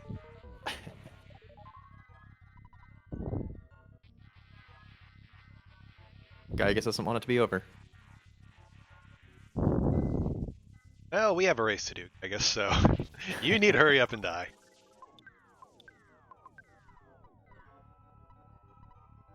You have another race on deck, so if you could kindly die and get out of the way.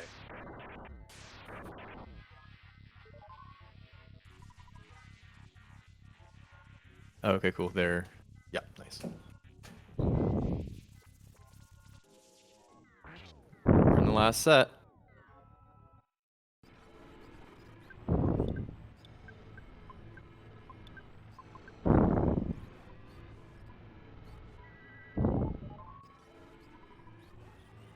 And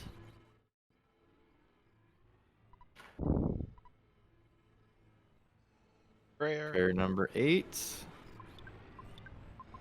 we're gonna have a sub 135.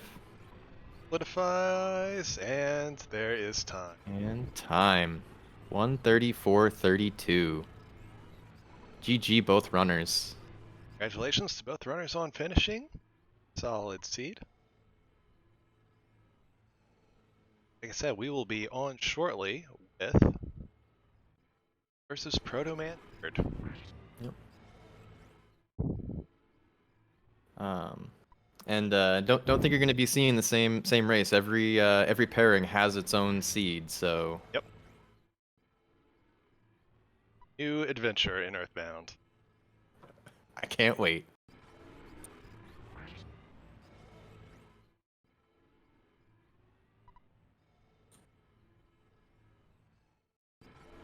Stay on this long enough for us to see Leslie's chicken and no problem here count. And then we'll get set up for our next race. Fantastic.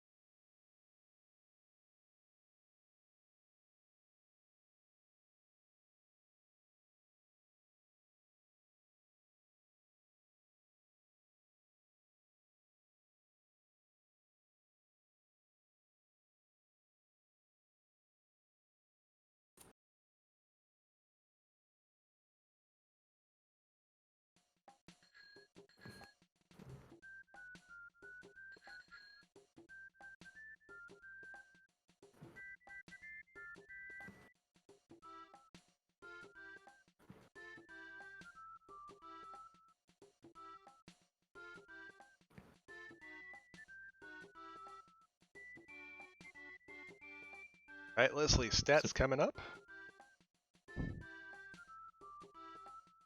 Took a couple more battles than Thomas.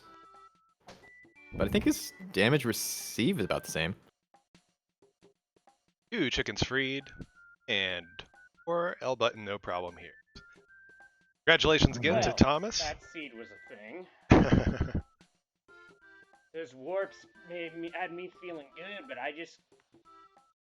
Leslie's talking to his stream there, so we'll go ahead and mute that audio, and we will be right back in a few minutes with the next race, Temple versus Protoman Nerd. Everyone, stay tuned.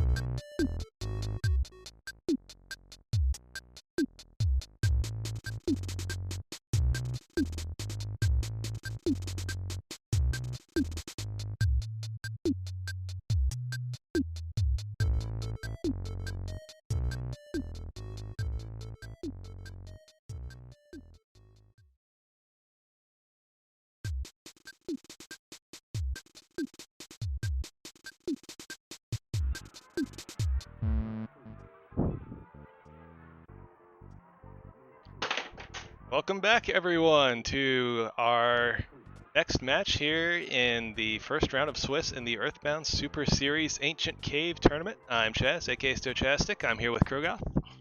Hey, y'all. And we've got a pretty good match here today.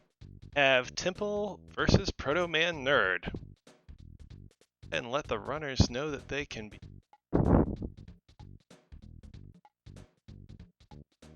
Double check that they're ready. They've readied up, but we'll triple check.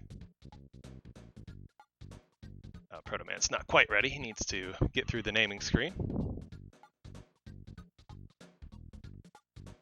Yeah, he was freaking out. Unfortunately, the randomized palettes on the naming screen can freak out your bitrate. Yeah, so So he was getting a little concerned from that. There's a little trick to that. If you go to all the way to the screen that Temple's on, and then you choose Nope, that'll stop the palette from going crazy on you, and then you can get all the way back to this Yep. So if you are a streamer encountering that issue, now you know how to solve it. Way better than 90% drop frames. Alright, go go ahead and click this button, and the race will begin shortly. We will see our next match in this first round of Swiss underway. Prediction currently going on. You can predict with channel points who you think will win, Temple or Protoman Nerd.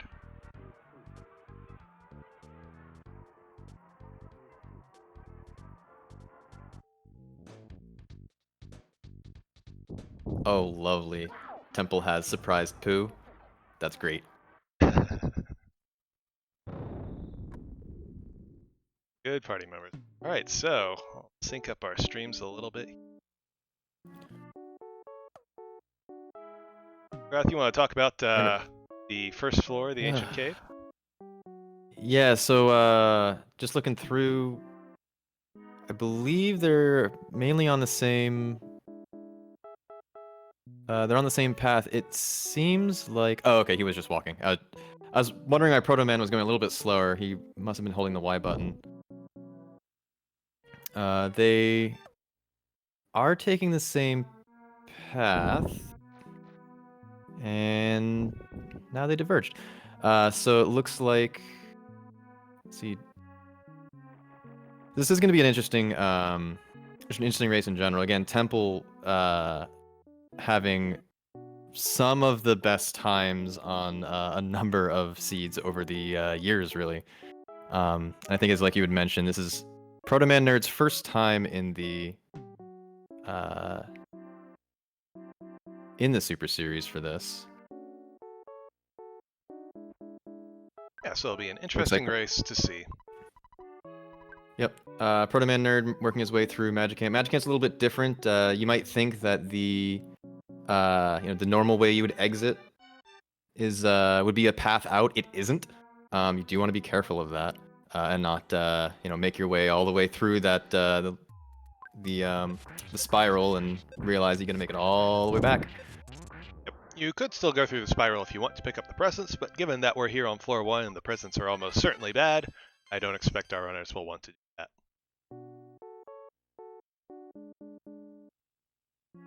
Looks like Temple found a direction he didn't want to go, so he's going to backtrack his way into Magicant. Now that shop is actually a pretty good shop. It had wet towel, it had hamburgers, of which there's 3 monkeys that want hamburgers and 1 that want wet towel. So that would be a really good shop for picking up skip granting items. Protoman Nerd didn't get quite close enough to that chest to actually open it. Got confused about it. Got the no problem here and just gave up on it, but that is actually a chest that you can open, even though it looks like a coffin. And we see on Tipple's side had a fry pan. So. And it's is it possible for a floor 1 to not have any skips, Chaz? It's possible. The odds of any floor having no skips are unlikely, but it's certainly possible because the algorithm places rooms initially without caring so much what floor they are on, and skip rooms are just kind of just disperse around. And then once the skip rooms are down, then the room that they skip to is then placed such that it's between 2 and 5 floors away. I'm not sure if I explained that well, but to answer your question, there's no guarantee that there's a skip on floor 1, but it is likely. Now, it's certainly not necessarily likely that you will have the item to make that skip work on floor. Sure. And I'm still trying to size up the differential I have on my stream versus where you're at. We're at 348, 349 on with runners right now. So, for instance, we just saw a skip there on Temple. Temple saw the skip into Delam, but he would need the carrot key to do that, and we have not found the carrot key. So, take that skip. Nope. And it looked like over on Protoman's Nerd, he's been taking a couple crow fights purposefully, even though they're running away, which is interesting. Usually, grinding on floor 1 isn't. It's a little, you want to do a little bit of it, but you want to kind of rush through and hopefully skip past it as quick as you can. Now, Protoman Nerd has found the Casey Bat, and he's going to go ahead and equip that. Casey Bat shows up on floor 1, and that's because even though it does a lot of damage, it also misses 3/4 of the time. So, depending on if you want to equip the Casey Bat or not, can be an interesting decision. Went ahead and equipped it. I've also added a patch to the randomizer so that if you have the Casey Bat equipped, you can no longer get instant wins, because that overpowers it so much that it couldn't be on floor 1. They'll do that. Oh, right. So rather than remove it from floor 1 and put it somewhere, because if you saw the Casey Bat on like floor 7 or 8 where it would normally belong based on its power, you would never use it, because why would you use a weapon Why would you? that misses 3/4 of the time? So I thought it was rather interesting to leave it on floor 1, but I did have to put on that patch so that you can't instant win fights with the Casey Bat. That was a good call. You definitely increase the decision making as you go through. And as you can see, Temple taking a look at all of the vendors here, looking for what he can get. He's looking for those skip items. If he finds that same shop that Protoman did, I'm sure he will pick up that wet towel and as many hamburgers as he can carry.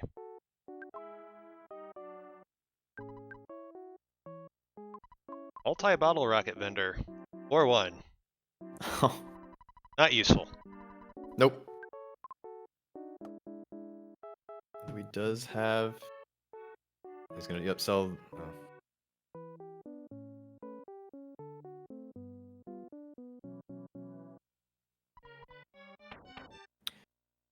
Simple going to the return desk. This is easily the fastest way to sell items. Think you're going to sell items for money, do it at the return desk if you can. Simple also going for Mudville strats, equipping that Casey Bat. Might as well. Especially when working through these long lines of Starman base. Well, it can also be a thing if you take a skip and find a shiny spot really fast after your skip when you're not very high leveled yet. The Casey Bat can really help you out beating, bosses that you would have no business otherwise beating. It's true, and that itself can slingshot you in level too. And it looks like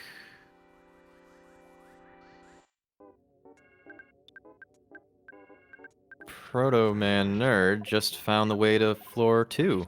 Yep, we found the shiny spot. We're initiating the shiny spot fight. Notice he picked up a T-ball bat but did not equip it, so he's still got Casey Bat strats going on.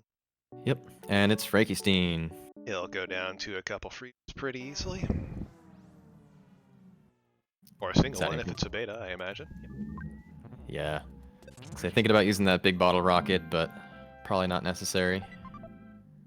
Protoman Nerd is the first one to find his way off of floor 1 and on floor 2.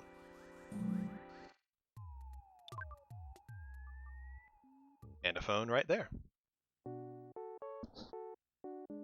I do love the palette of this blue in the underground cave. Oh yeah. I saw Temple Leap. Oh, and Protoman Nerd is on now. I like this palette on this underground, on the Starman base tile set quite a lot. I wish you could save that.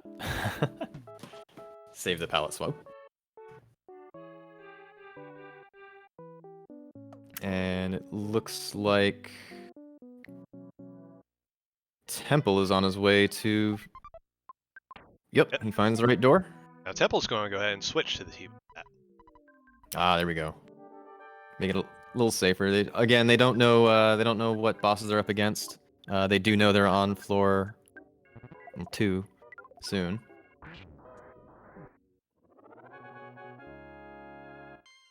Start getting a lot of levels off of this fight. Is that enemy from the other side of the skip, I wonder? These enemies are rather difficult for where he is. Or I wonder if they're not from the other side of the skip. Expecting that's what happened there. Must be, yeah. And he got you can see him getting confused at the what was the eraser, and is now a looks like a dead sprite.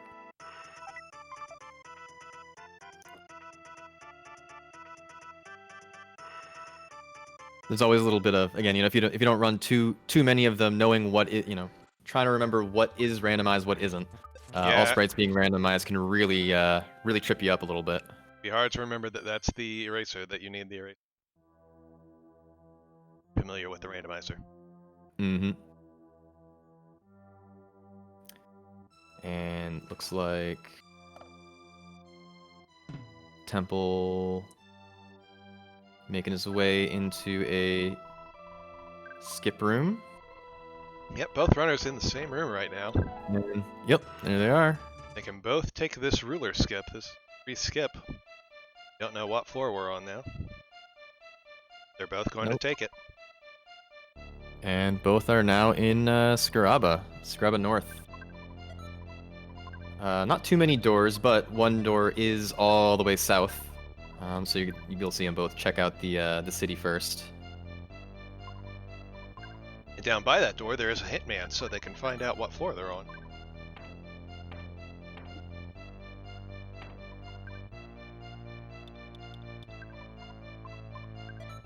There's more spooky music.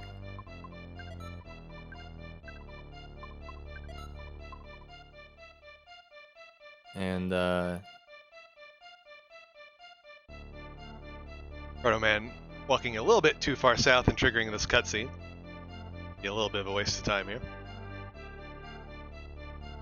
yeah, if you don't run again too many of them, this is one that you want to avoid. Obviously, there's the chance of getting a runaway 5 show. Here's our hitman. This is floor 5. Kraken, Trillionage Sprout, and Guardian General this seed. So again, largely easy enemies. Kraken on 6, probably the hardest thing.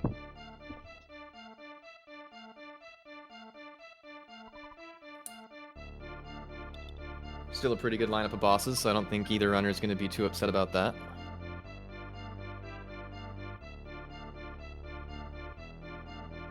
Death doesn't set Protoman back too far. No, because you have to remember which path he took in the first place. Looks like he's walking backwards onto floor 1, possibly to find a full heal. Temple getting the full party sunstroke there. That little venture out into the desert. And again, like you mentioned in the last run, having that not too many psychic points, that can hurt a lot more than you think.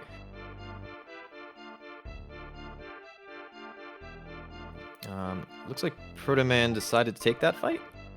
Probably just to get some experience on Ness. What he probably wants to do here is go into his menu and change to the T-ball bat, so this fight doesn't take forever. Oh yeah.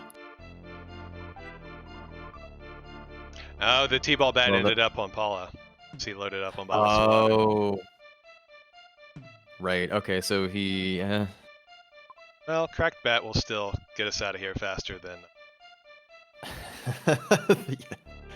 Or run away. That's also an option.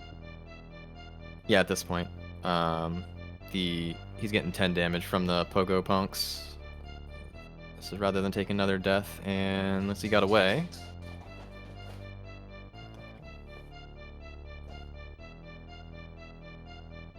There's that full heal. And yep, into the full heal room. Now we'll see if he just beeline straight back for, I guess, floor 5. He was really looking for that T-ball bat, and vaguely remembers picking it up, but didn't realize it ended up on Paula. Rabbit's Foot for Temple will be useful, especially since he picked up those bottle rockets. He ends up needing them from some enemy. Yeah. Or if we find another multi-bottle rocket vendor later on when we have some money to spare.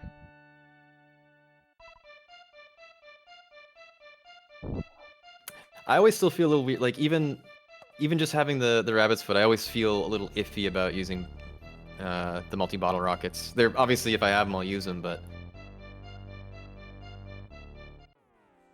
Yeah, it's sometimes certainly you just don't get the speed boost you need because of again the randomized stats on the kids. Yeah, enemies can end up rather fast. Jeff could end up rather slow. But you don't know until you try. Yep.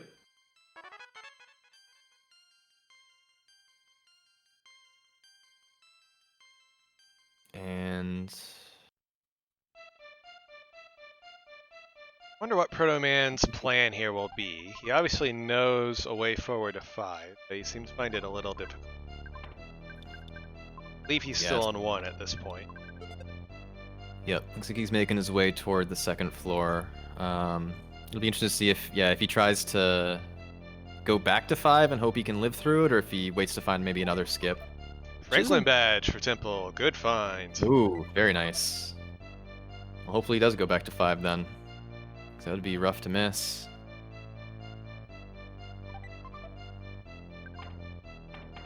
Found the eraser if we happen to hit that skip again.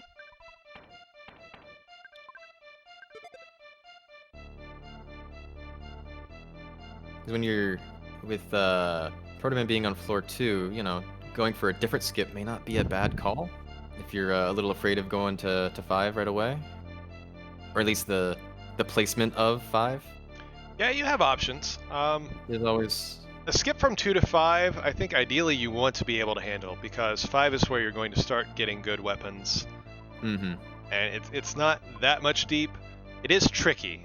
I would say if it's your first time running the randomizer, you may find it tricky doing a skip like 2 to 5. But if you want to get good times and compete in a tournament like this, that's a skill that you will need to learn to develop. Yeah, especially against a racer like Temple. Because if Protoman ends up just taking the natural path from 2 to 3 to 4 to 5, he'll be a little bit higher leveled and have a little bit more equipment, but it won't be at all worth the time loss. Sure. It won't be enough levels and equipment that it will help him catch up compared to the time that he would lose doing it. Mm-hmm. So I would say after you've done, if you're just starting on the Earthbound randomizer, after you've done a couple seeds to try and get used to it, a skip from 2 to 5 is a good skip to start learning the hard Earthbound randomizer strategies, I would say. And it might take you a couple times. It can be really frustrating. You have to like very carefully dodge enemies and figure out which fights you want to take and which ones you don't, just based on, you know, the number of enemies and things like that. Figuring out strategies to get to gift boxes without hitting encounters. Yeah, that last one being the biggest one. And knowing where all the gift boxes are. Yep, that's big. Again, it comes down to map knowledge. If you've only played it casually a long time ago, played it casually recently, you may not know where all of the gift boxes are. There's some that are out of the way, but you know, if you happen to come into a random house in Threed, you know, there's a number of gifts that are, you know, not in the core of the city. Yep. And also with the cities, knowing which doors are doors and which ones are not. Yeah, especially in the big ones like Tucson. Temple going to check out this skip. He sets the mouse first so we can come back without the backstage pass if he needs to. It's new music at the very least. Yep. It's the backside of something. He could hit that shiny spot and find out what floor this is the one above. That'd be a dangerous check, though. There would, in fact, be a problem there. It could be dangerous. It's certainly possible. Mr. Baseball Cap. Diamond. He's going to say that that's not a forward skip. He's going to guess that that's a skip backwards, and he's going to go back to 5. Probably a good guess. So I have the ability to find out. Let's see. That was indeed floor 3. So correct guess by Temple there. Just that 2 pieces of information, the baseball cap and a diamond enemy, was enough for him to determine that that was backwards. So he returns to 5. Good. Protoman does seem to have decided to not go back to that skip that he found. He's trucking forward on 2. Continue exploring on 2. Let's hope he can find another skip. Oh, did he not have enough money for that hospital? Oh no. 25.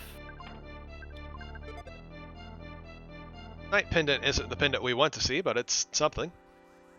Yep, better than nothing. You can hear the chick in the background. Clearly Temple's keeping that for chicken strats.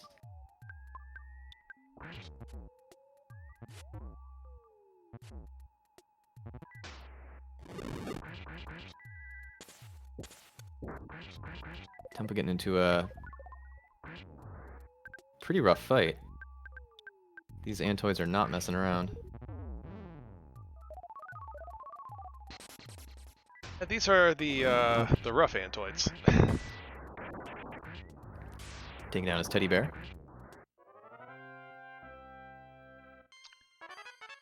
Ooh, getting lucky 3 hit on the Thunder. Protoman finding the front side of the floor too that we just saw the back side of while Temple was exploring that skip. Of course, he does need to get Ness alive, as we saw during the first race. Have to have Ness alive to challenge a shiny spot. Mm-hmm. And I don't know if he knows that. Looks like he's prepping for the run, yeah. No items to revive Ness, so we're going to have to... Yep, there it is. Ness has to be alive. Yep, and unfortunately, I doubt this one's going to be a couple life noodles like it was in the last seed. No. Nope. Can of fruit juice. Very similar, but...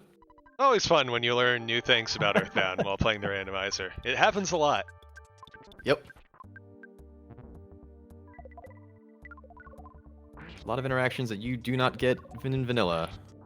Of course, he could try the same thing that Leslie tried in the last seed and just praying at random enemies around here until Ness comes back to life. Oh, actually, on that note, have you, I haven't noticed who has prey. Looks like Pooh is prey again? Good. It does appear that way. Paula is Mirror, Jeff is Spy, and Pooh is Prey. Alright. Temple, of course, taking the exit mouse in the center strategies. Mm-hmm. Although, unfortunately, the moles are not going to be quite as easy as they were again in the last seed, because it's not quite as leveled. Still can take him out, obviously, with the static damage of the freezes, but... A little bit of cash for that hospital.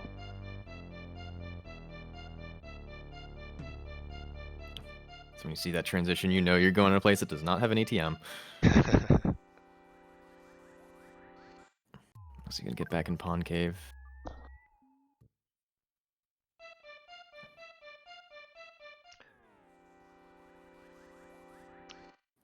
Filled with Noosemen.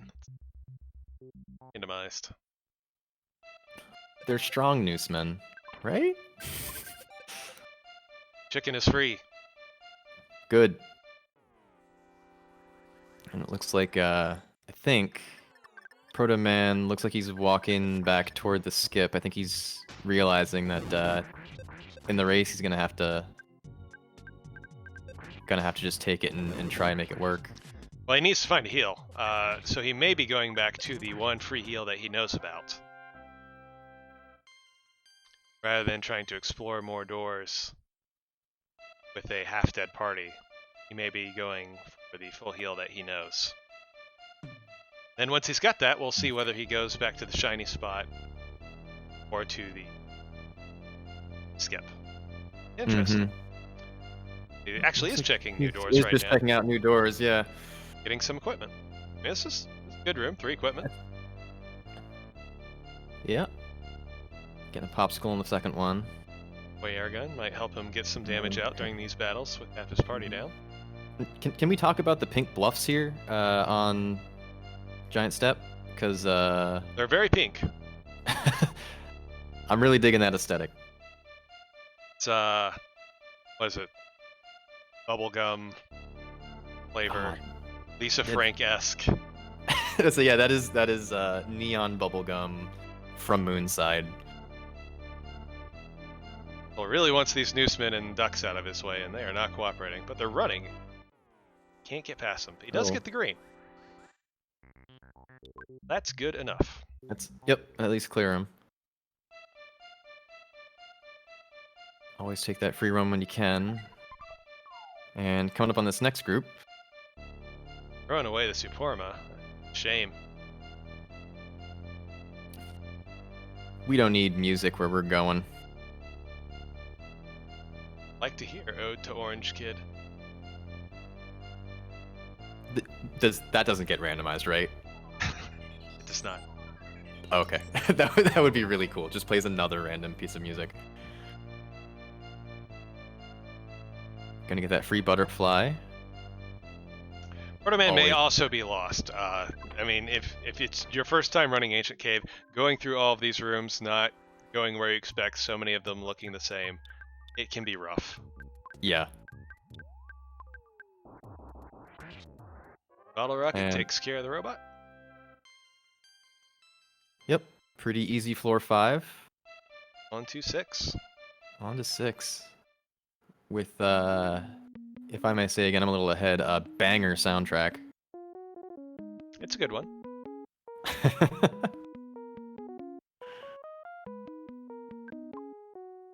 And it's now back on floor 1. I imagine he will head to that full.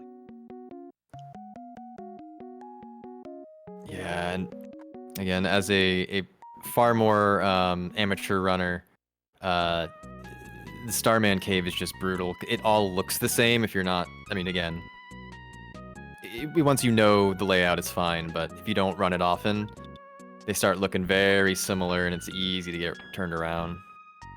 Simple has found a super bomb vendor. He doesn't have a lot of cash. He's going to be very carefully going through his inventory, seeing what he can sell to get as much money for as many super bombs as possible. Yep. He's going to sell equipment that he's wearing because he'd rather have super bombs. Yeah, he had a surprising amount of money. Those Got coins a sell for a good lot. handful of them. Yeah. And that's the other bit of knowledge too, right? Knowing what you can drop and what, I should hold on to this just in case.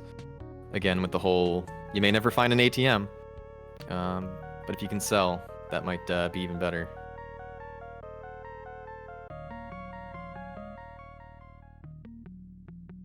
Very blue desert here today. This is what happens when you don't beat Carpenter. He just makes the world happy. So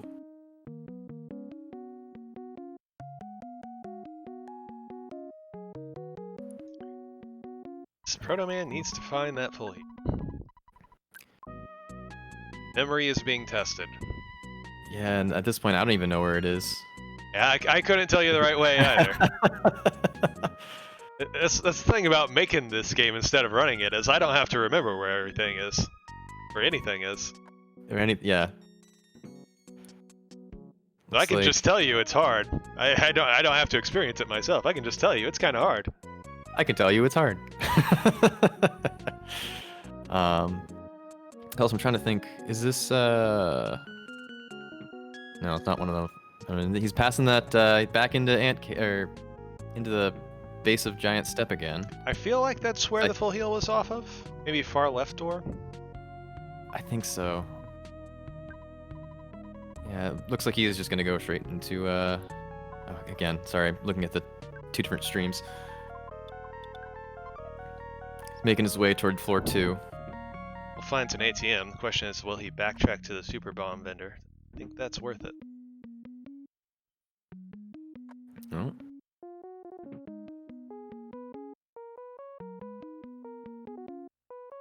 Of course, he may have to backtrack Maybe anyway if not. that was a dead end. Yeah. Rough red there for Protoman. Thankfully, it's just a couple slugs.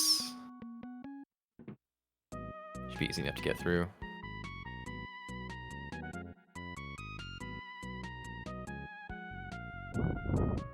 Alright. And yeah, it looks like Boat's here. Protoman's working his way toward that skip again. Alright, he's jumping into the skip. So Yep. he'll be on 5. And find a full heal somewhere around here. Decent shape. Bench is not a full heal. No. But it's something. Oh. Streams are frozen for a bit.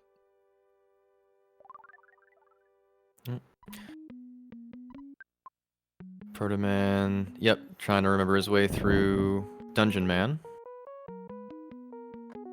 I'm trying to think. I don't think Temples. I don't remember seeing a full heal off of this off of the skip really early, at least on Temple stream. So I don't think Protoman's gonna find one anytime soon. Try and get Temple stream back Oh. real quick.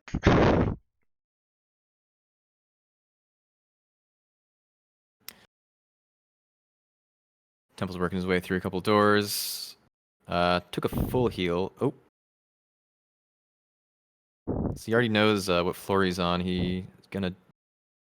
Found a hint, man, but walking through it.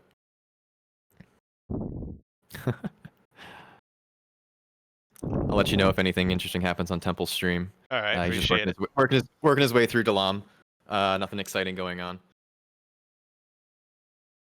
Making his way... Just trying to despawn some stronger enemies. Thank you, Twitch. Yeah, I'll get us back up. One moment. No worries. Temple's still going back and forth with the same, I don't know, 15-foot piece of land, trying to despawn some diamonds as he's working his way up toward the Dalam palace. Again, despawning isn't the easiest thing to do. It is still possible. He does despawn everything, make his way up to what happens to be the most lonely bakery on top of Dalam. So all of that for nothing.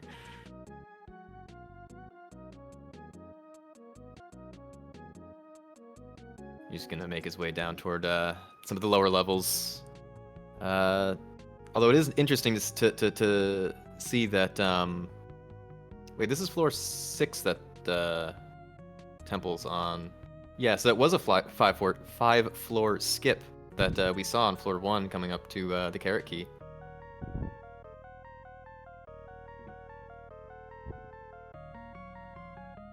Looks like we're back live again for Temple. Again, nothing really missed. Took a couple doors. Top of Dalam was kind of dead.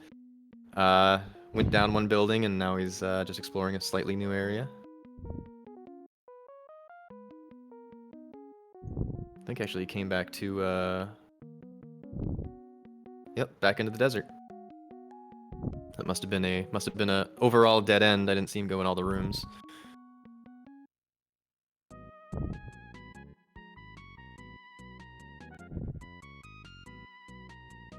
I think, yeah, Temple going to see if he can sell anything else to get more super bombs. I don't think he's made the trip over to Eastern Desert yet. I think he wanted to clear out the west side of this part of the map first.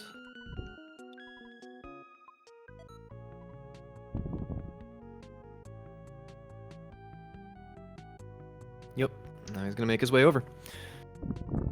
As Protoman works his way through a couple of these, finally making it through alive. Dungeon Man.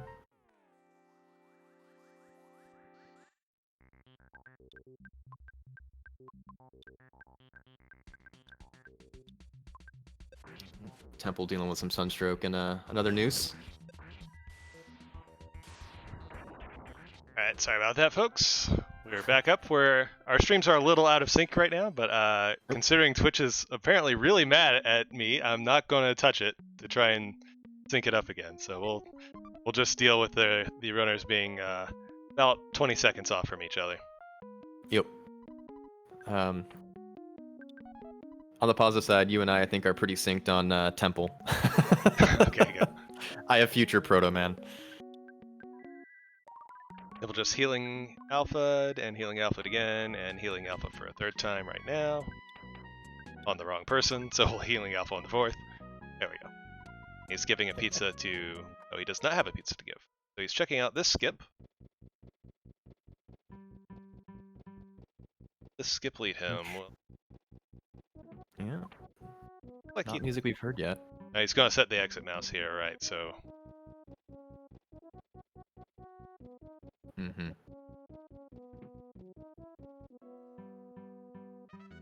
And Protoman taking an unfortunate red swirl. Yeah, this is damn, takes death there. He's in a rough spot. I don't think he knows where a full heal is relative to.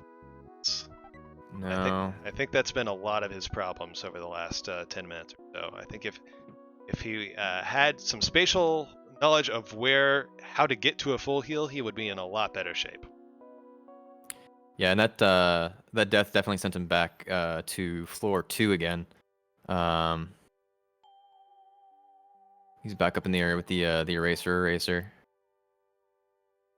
Yeah, that's an eraser. Sure. Yeah. Rough fight here.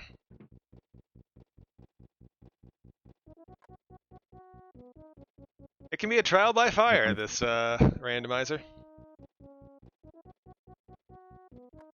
Yep. Oh man, yeah, I am loving that Onet palette. Holy crap. I want that all the time. Ready for some unicorns to come dancing across?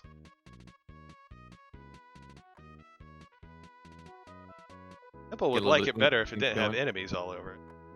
Yeah, it's, normal boogie run RNG, just a couple diamonds and.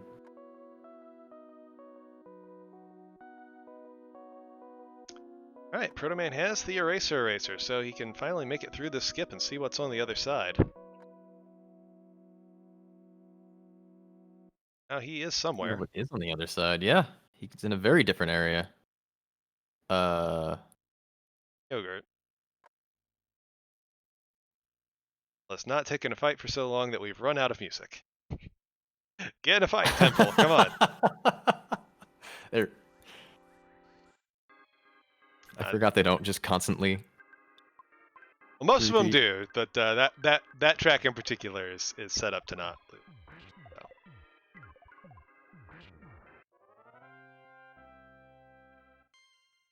Yeah, going through to that skip with only one character alive is rough for Protoman. Yeah, and looking at those enemies, he must have been to floor 6-ish. I think we were seeing those ants.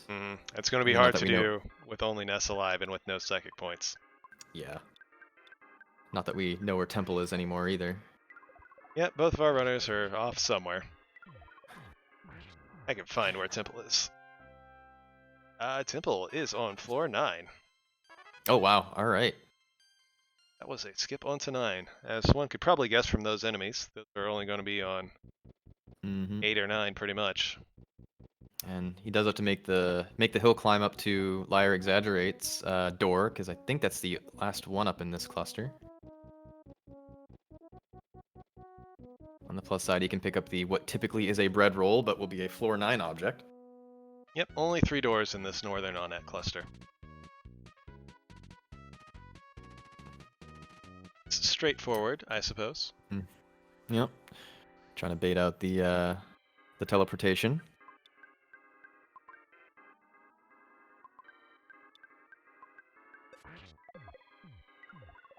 And you can see him trying to take these fights, so he does need to level up. He knows he's. I mean, at this point, he probably assumes he's on level 9, with the enemies he's coming up against.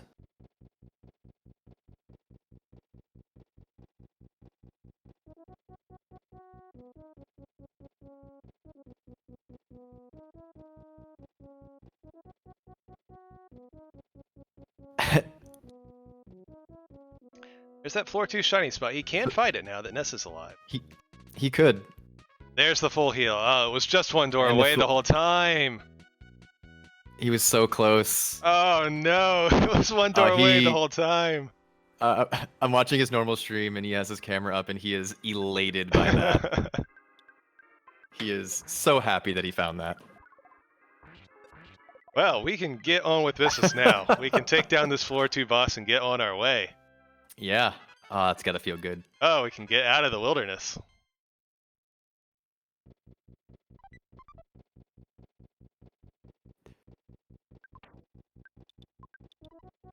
I miss what.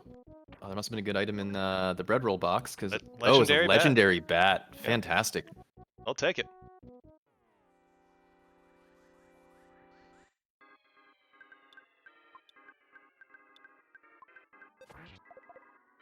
Much better upgrade from a bread roll. He's almost to the door. All right, now this guy will go down easy. Yeah. Well, Starman Jr. is not nothing. He can do a lot of damage, but we freeze him out. Oh, he's freeze resistant. All right, maybe this won't be so easy. Okay. Whew. All right. Oh, at least there we go. I was worried I jinxed him there, saying that was so easy, and then it was the Starman Jr. that was resistant to freeze. But BSI Rocket Alpha takes it down. Good, and on to floor 3. Temple has found the backside of floor 9. So this is yeah, this is the entrance, or sorry, not the backside, but rather the entrance to floor 9, the backside of floor 8. And unfortunately, Onett Hill is swarming with floor 9 enemies right now, and he is laggily despawning them as best he can. Just, at this point, I think he's just hoping for a Starman to green swirl, and not these diamonds. This is its own variety of misery. Get the fire caught on something? Or to phase through the wall and not in his direction. Oh, there we go. Oh, so much trouble. Oh, that's a good room for Protoman, the throne room. 3 gifts, a full heal, and a phone. Solid room to find when you need a new base. Some subpar items, but there's something. I'll very carefully green swirl his way through this like he was doing Vanilla Cave of the Past. Just chain greens all the way down the hill. Oh, love to see it. All right, we'll see what comes out of Protoman's dilemma. He's gonna be hoping, I'm sure, for another skip. Have a try again to skip up floors somewhere. Well, the important thing now is to reset. You got out of your bad situation. You have a good base room with a full heal and a phone to establish yourself. Put the misery of the past 20 minutes behind you. Just move forward from here. You got a good base to move forward. Take a deep breath. Yeah, let it go. It is easy, especially in Ancient Cave, where because of the randomization, you're like, is this possible? It's possible. It's always possible, but is it possible in this particular moment for the times I'm trying to get? It definitely can be demoralizing when you're stuck on a floor for that long. So I hope he can take a breath, and it looks like he's in much better spirits than he was a few minutes ago. Yeah. Simple has found the free full heal on 9. Good to know where it is. I don't know that I've seen a phone recently. Oh. Okay, so it looks like a new carpenter has moved in because he's taken over he's made the desert blue, but made his old place yellow. Yellow, yellow. Yellow, yellow. Or side on floor 9. It's nine rooms?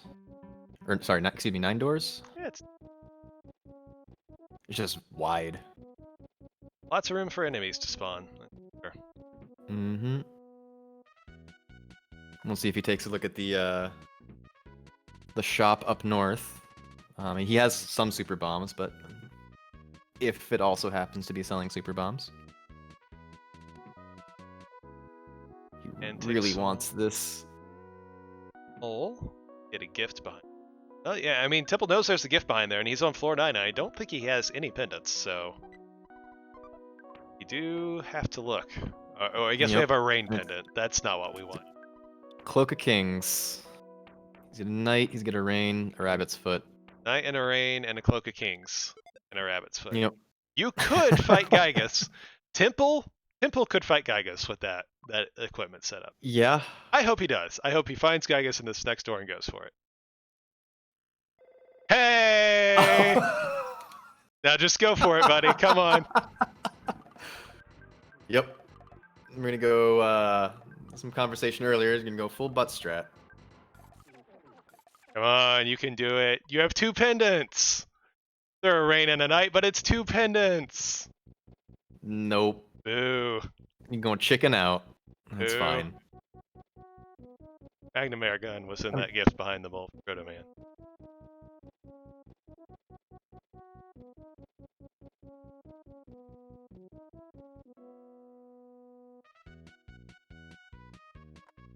I guess we could look around floor 9 for some more stuff.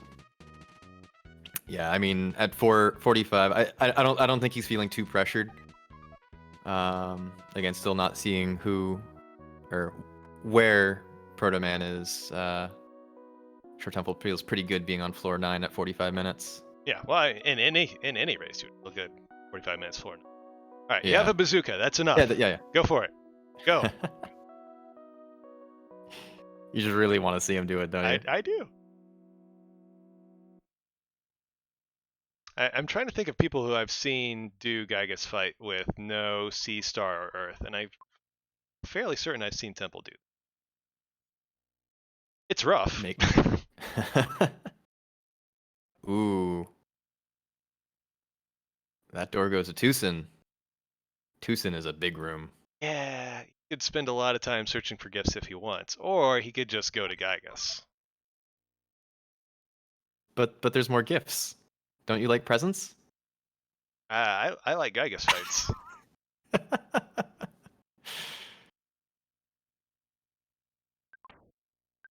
Again, a fight, Temple. We need background music.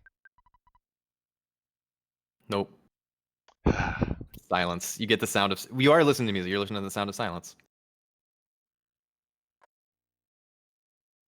Looks like there's another skip up to 9 in that the monkey cave.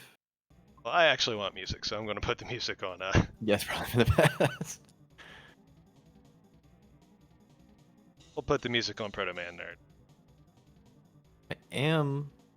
We'll come back to Temple's music if he starts the Gygas fight. Hear me, Temple? Yeah, I'm curious. It's clear he's going to look for some more through all these rooms. But I'm curious if he's going to go into Tucson, if he's going to even try, just because of how big that room can be. I mean, there's so many doors. You have to imagine that one of them is going to lead to a gift with good stuff on it. It's actually a really good sign when you're this under-equipped to find a hub like Tucson, because that means there's doors with rooms with gifts.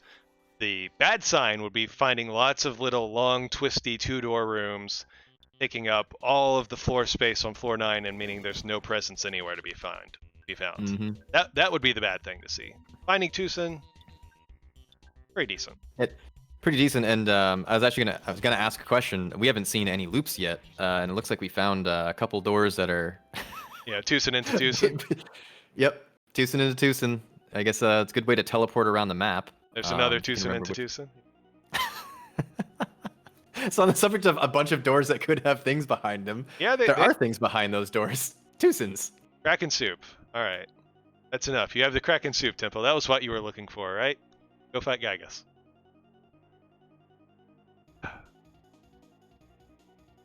Here's a room with a bunch of gifts for Protoman. Oh, and those enemies that spawn in. It seems to happen in that room in particular, that enemies snap out of nowhere. And I don't know why, but it seems to be something with that particular bit of that particular room. Interesting. Because I've seen it happen multiple times there.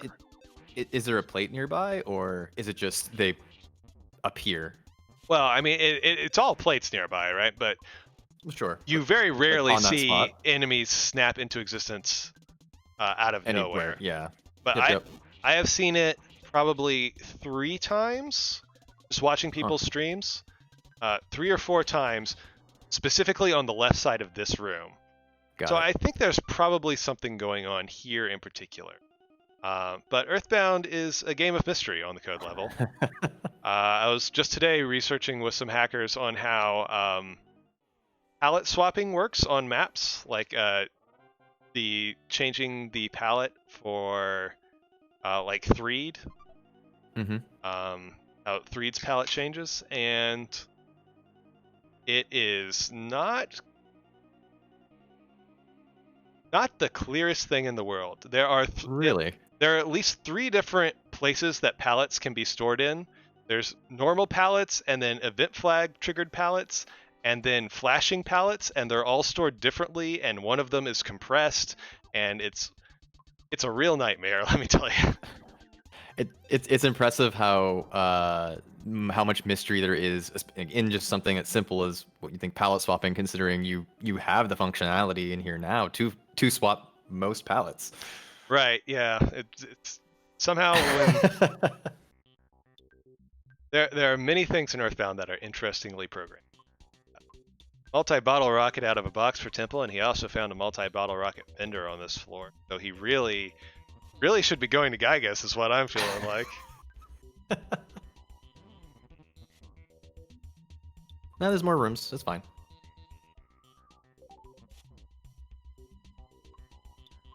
Another rough fight for Protoman here. At this point, I want to see him just walk all the way south to the Threed tunnel. Well, I guess that's what we're doing. There's some floor 9 enemies along the way, so it's not going to be a very peaceful walk. And finally gets the runaway. I didn't see him drop a mouse at Gygas. I'm not sure where he may have dropped that.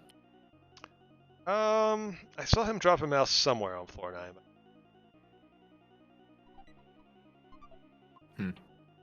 Back will help out Protoman if he can mess back a lot.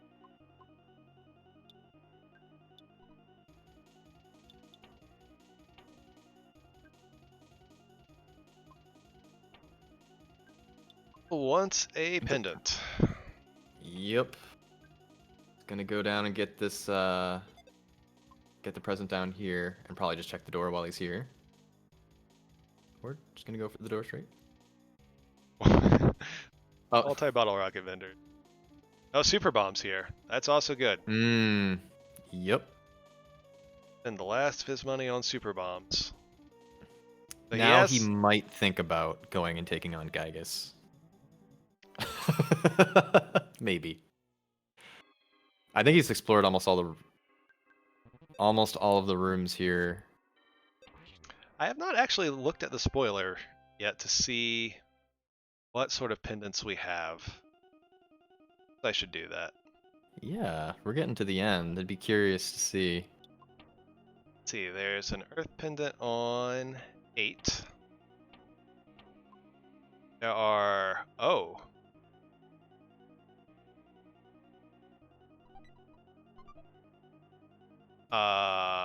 That's... Really? Yes. My guess is, are there none? No, there are 2 star pendants and a heavy bazooka, and they are all in Peaceful Rest Valley. Oh. Which is here on floor 9, What? the right side of Peaceful Rest Valley, the side with all the gifts. Oh, that's a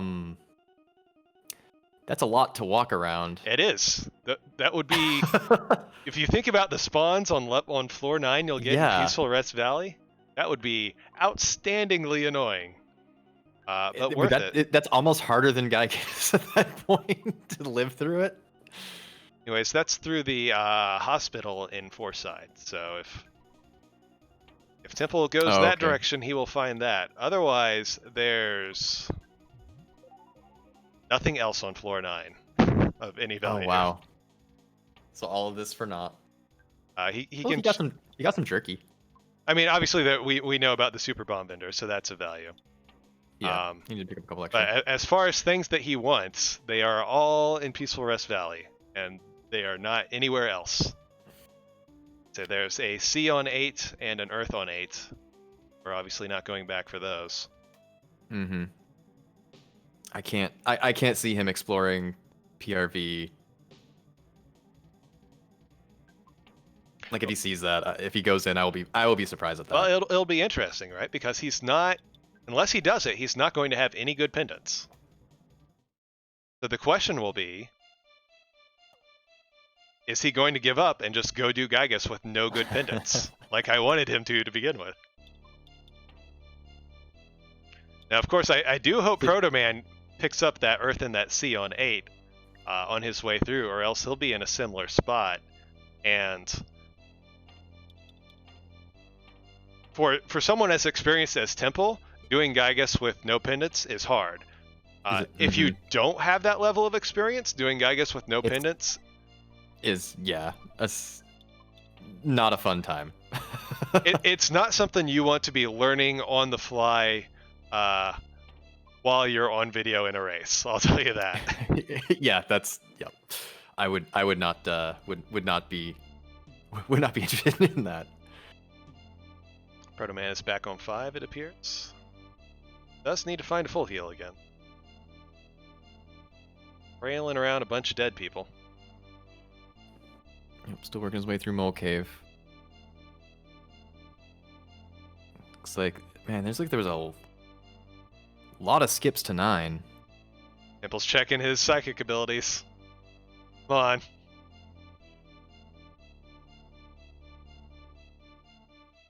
Well, that's the trick. Like right now, you might not necessarily want those skips to 9 because 9 is a rough floor with, again, the only good equipment is in Peaceful Rest Valley off of 9.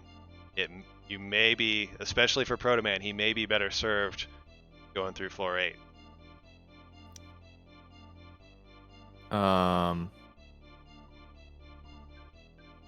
You don't have Fly Honey. You do not want to talk to Belch. No, oh, Protoman. Unless he's intentionally taking this death.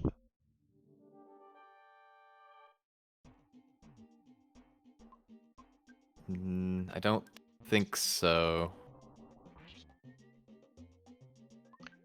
I don't know if he knows. This is again one of those Earthbound knowledge things.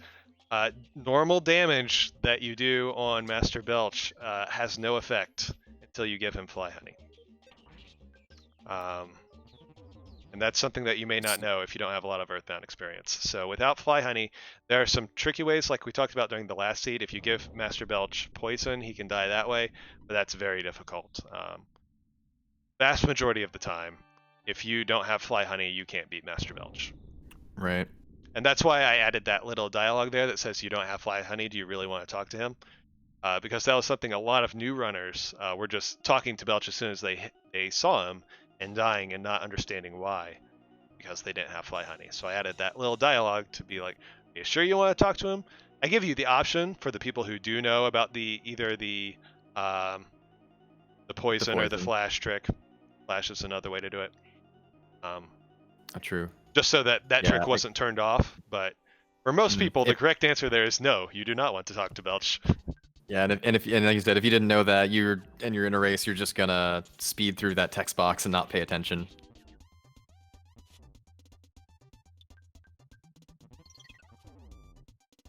It looks like does look like I think Temple's working his way back. Actually, I don't know where Temple's go. Oh, I actually have no idea where Temple's going now. I couldn't tell you. I think he's still looking for stuff. He doesn't want to do the Gygus fight with no pendants. And I can't blame him. I also would not want to do the Gygus fight with no pendants. I, in fact, would not do the Gygus fight with no pendants. I would instead turn off the seed and make a new seed, if that was my only option. That's exactly what I do. It is interesting. He is taking a number of the same... I think he's getting a little turned around himself in Tucson. He knows the way out, obviously, but these loops, I think, are starting to get the better of him. It's rough. This is a rough seed. Yeah, this is not an easy seed. It has been much meaner on both of our runners than the previous seed.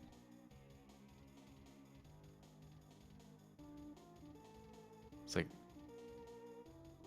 Man... A break to compose himself, possibly? Yep. Which, again, I don't blame him.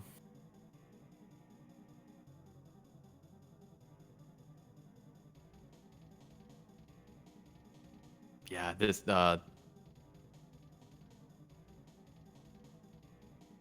going from a relatively reasonable seed to this is brutal.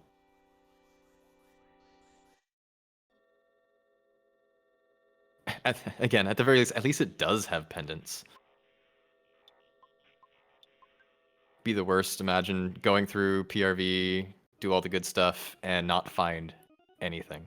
Yeah, and again, if Protoman ends up taking a more typical route and goes through 8, he will find, or he has the possibility of finding both a sea pendant and an earth pendant. Right. Oh man, we see the other side of that Belch fight. Oh, is that 9 on the other side? Yeah. Yep. Well, it's probably good that he couldn't beat Belch then. So. Yeah, that's true.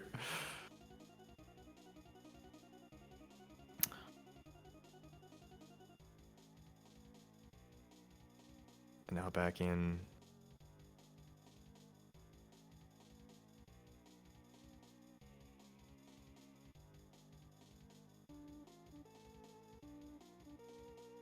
Where are those pendants, Temple wonders? Surely I did not get given a no pendant. They wouldn't do that to me. I'm curious if he. I'm wondering if he knows where he hasn't been yet in Forside. I don't recall if he looked into the Forside Hospital. I haven't seen him make his way up that far north yet. The furthest north I've seen him go is Monotoli. Because Temple certainly does know that there are. Yeah, yeah, for sure. I believe there are 4 gifts on the side, on the right side of ERV, and 3 of them are rather good in this seed. A heavy bazooka and 2 star pendants. So, as deep as he's searching, surely if he saw it, he would go for it. Yeah, which one is up in the center, kind of center north spot on the right? Is that one of the three? Star pendants or one of the big ones? The star pendants are both in the middle section. Okay. Yep. The heavy bazooka is on the ledge towards the south, and there are actually 6 gifts on the right side of ERV. Wow. Also, there is a hungry HP sucker, a horn of life, and an HP sucker. 3 really good things. Oh. Looks like Temple's just gonna go ahead and use his mouse. Is he going for it? Back to it. All Looks right, like here he's we going go. for it. He got a save off, so might as well try it, right? Might as well.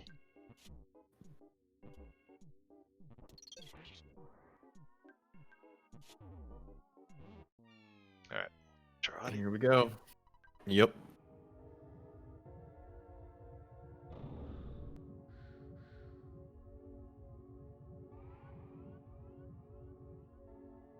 Let's have to say for us today. Sorry.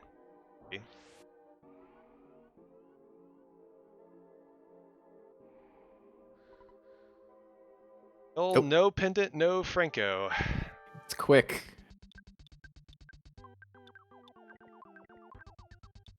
Not a lot of psychic points on Paula. No. It's gonna be. Start out with the beta. That's Oh, bad. and starting with the beta. Ethel on Paula and Pooh. Multi-bottle rocket does 1084, so we can get out of phase 1 fast. He did get the life up off on Pooh. Yep, but he's going to need Paula Oh. alive, so he's just going to go ahead and take set there. Mm-hmm. Beta is only a 37.5%. We can do better.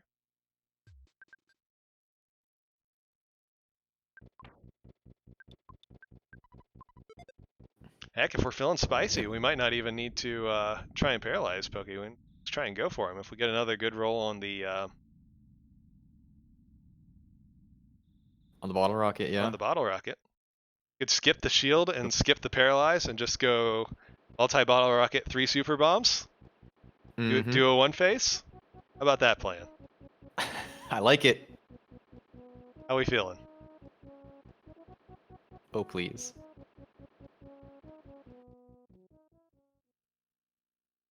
All right, attempt number 2.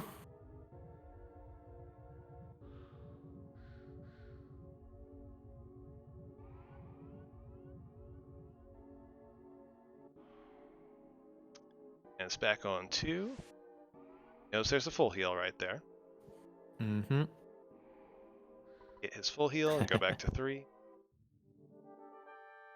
I love the little dude standing on a volcano. Nothing wrong here.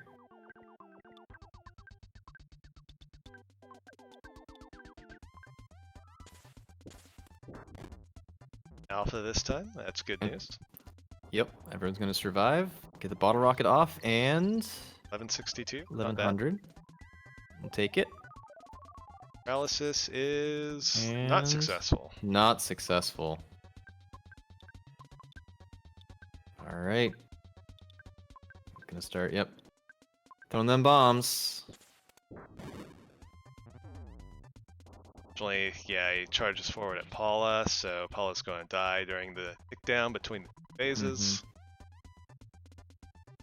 This will be a little bit less DPS going into phase 2.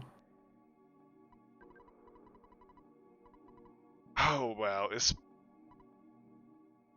That's a long text box. I don't have a lot. Our max HP is not very high. That is the downside here. Yep. Because part of the way that you make it through this with no good pendants is relying on that that scroll down. Jeff acting like a lightning rod. Best thing you could hope for. Yeah, really would have liked to keep him alive another turn for some super damage. So Temple is going for the confused strats here, and that's really important when you have no pendants, because he needs to redirect as many of Gygas's attacks as possible. Every coin flip he wins, every turn of Gygas, it's going to be a coin flip, whether he targets himself or Temple's party, and he needs to win a lot of those coin flips. Okay, now there's lethal on Pooh right now. The lethal when switching from phase 2 to 3 is paused until the person takes an action. So unfortunately, I think that means Pooh still has an action key. No, he doesn't. Okay, good. So as soon as Pooh takes an action, it'll start going down, but that gives him time to get off this life up. Get Pooh back up to his max of 115, which is real bad for trying to do this no pendant. Yumny's gonna take a hit on both with Yeah, Temple had that. Yep. He needs to get past that first prey, because again, once he gets past that first prey, Temple is again going to go to confuse Gygas again to get 50% of his attacks going the wrong way. But if you confuse Gygas before your first prayer will reset his confusion. So there's really no reason to do it until you get that first prayer off. And unfortunately, Pooh is both the prey character and the confused character. So that's not ideal. No, I didn't know that interaction with the first prayer. That's interesting. Yeah, that's another one of those things that you'll only learn playing the randomizer. Playing a yeah. Man, it is so wild to I've been playing the game for the better part of its existence, 20-something years at this point, and learning new things even today is just fantastic. So this is rough. The situation Temple is in. Even once he gets past that first prayer and into phase 3, Pooh is low enough that any damage he takes can be lethal, and depending on the turn order, he might not be able to get a life up. So literally every turn, he might just lose with literally nothing he can do about it for 8 turns. And that's even after we get past phases 1 and 2, which are by no means free. As we just see here, this is almost certainly another reset.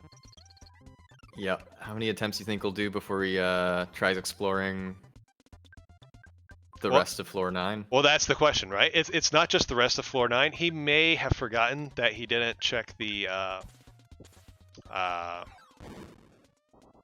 sorry, I'm blanking on the hospital door. Yep. But even if he has forgotten that, he also knows there may be pendants on floor 8 and 7. He just doesn't want to backtrack to them yet.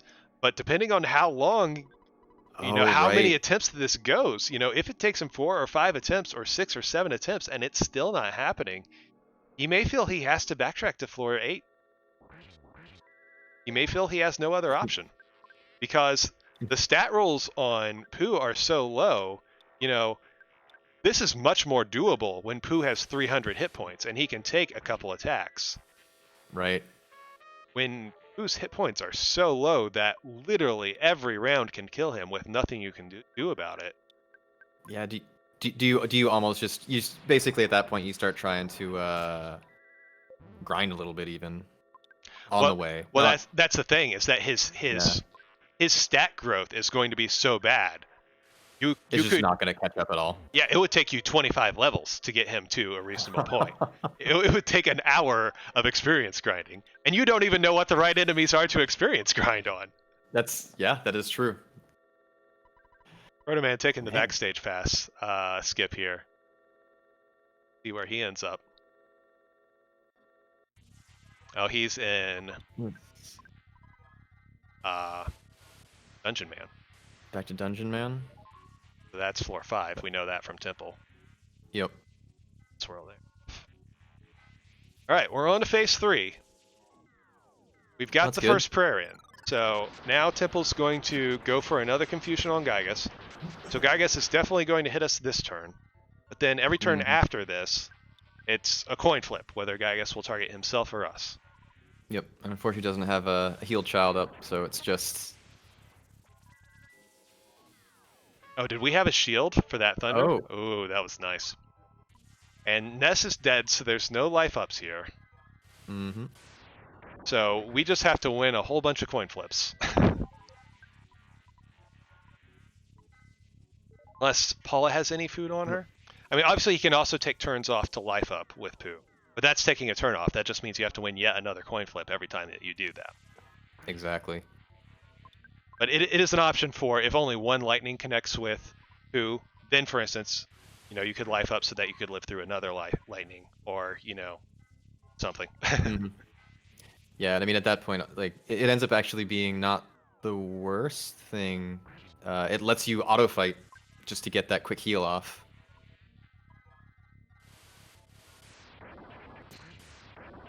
Oh, we do have the Franklin badge. Oh, Okay, well that makes this a lot that better. makes it easier. That makes it a lot better. I didn't see the Franklin badge. Gosh, that was so long ago. I mean, the funny thing is, like, we're an hour and like the other match was what, an hour 29? Yeah, but this felt longer. We're only an hour 12. Yeah, this feels a lot longer. It's because both our runners have had just such terrible grinding points at different times. Protoman on the lower levels and Temple on floor 9. But we're winning these coin flips. Won another coin flip. Mm-hmm. Yeah, and like you said, having that Franklin badge, which it does make it And Pooh does significantly more doable. Pooh does have some equipment. He doesn't have nothing. It's just not the equipment that we want. But something. Yeah. This is looking good. I don't want to jinx it, but it's looking good. It's hard to commentate and say, yeah, this is going well, but I don't want to jinx it. And moving into the next phase. A few more prayers. Here's prayer 8.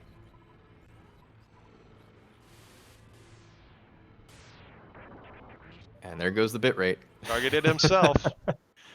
That's one. Prayer 9. Coming up. Absorbed by the darkness.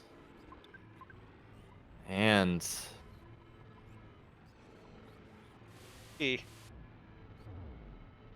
It's lethal, but it's not going to It's be in lethal. time for Gygas. That's Temple getting it through. No good pendants. 113-18. Congratulations, Temple.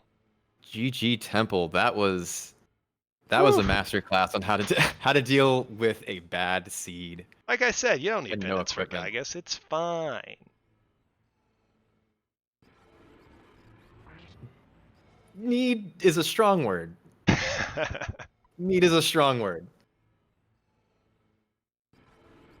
Thankfully, but keeps praying. Fantastic.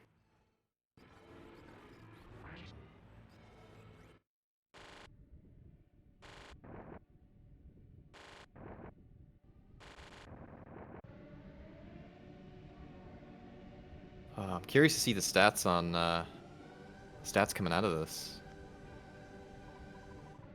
Again, like you said, it felt like so much longer than the last match. Yeah, but it was shorter, but it felt longer. Yeah. Just because both runners were having such long periods where it felt like they weren't making any progress. Mm-hmm. And also, I mean, the longest we spent on floor 9 of either of the matches today.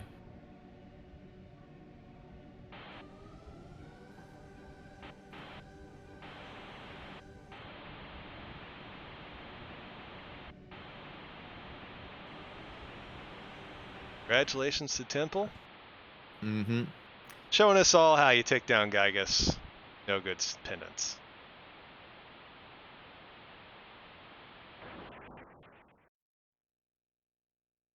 That was a fantastic round to watch. It's always awesome to watch Temple play. Just the high caliber of approaching Ancient Cave is it's just wild to see. Really fun to watch. Against Gygas is over for Temple. Protoman's going to go ahead and turn it in here. I can't blame him after what that seed was doing to him. For sure. I can't say that I would be having much fun in his seat. Same here. 88 length cave. That's a pretty short one. You happen to hit all the right doors. 366 money on hand. 35 battles.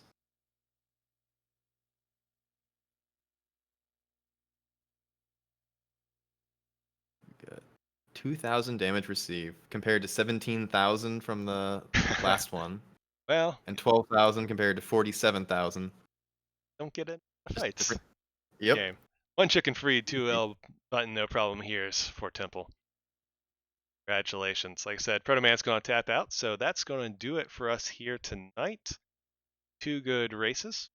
We have 6 matches in each round of our Swiss, so these were our first 2 here tonight.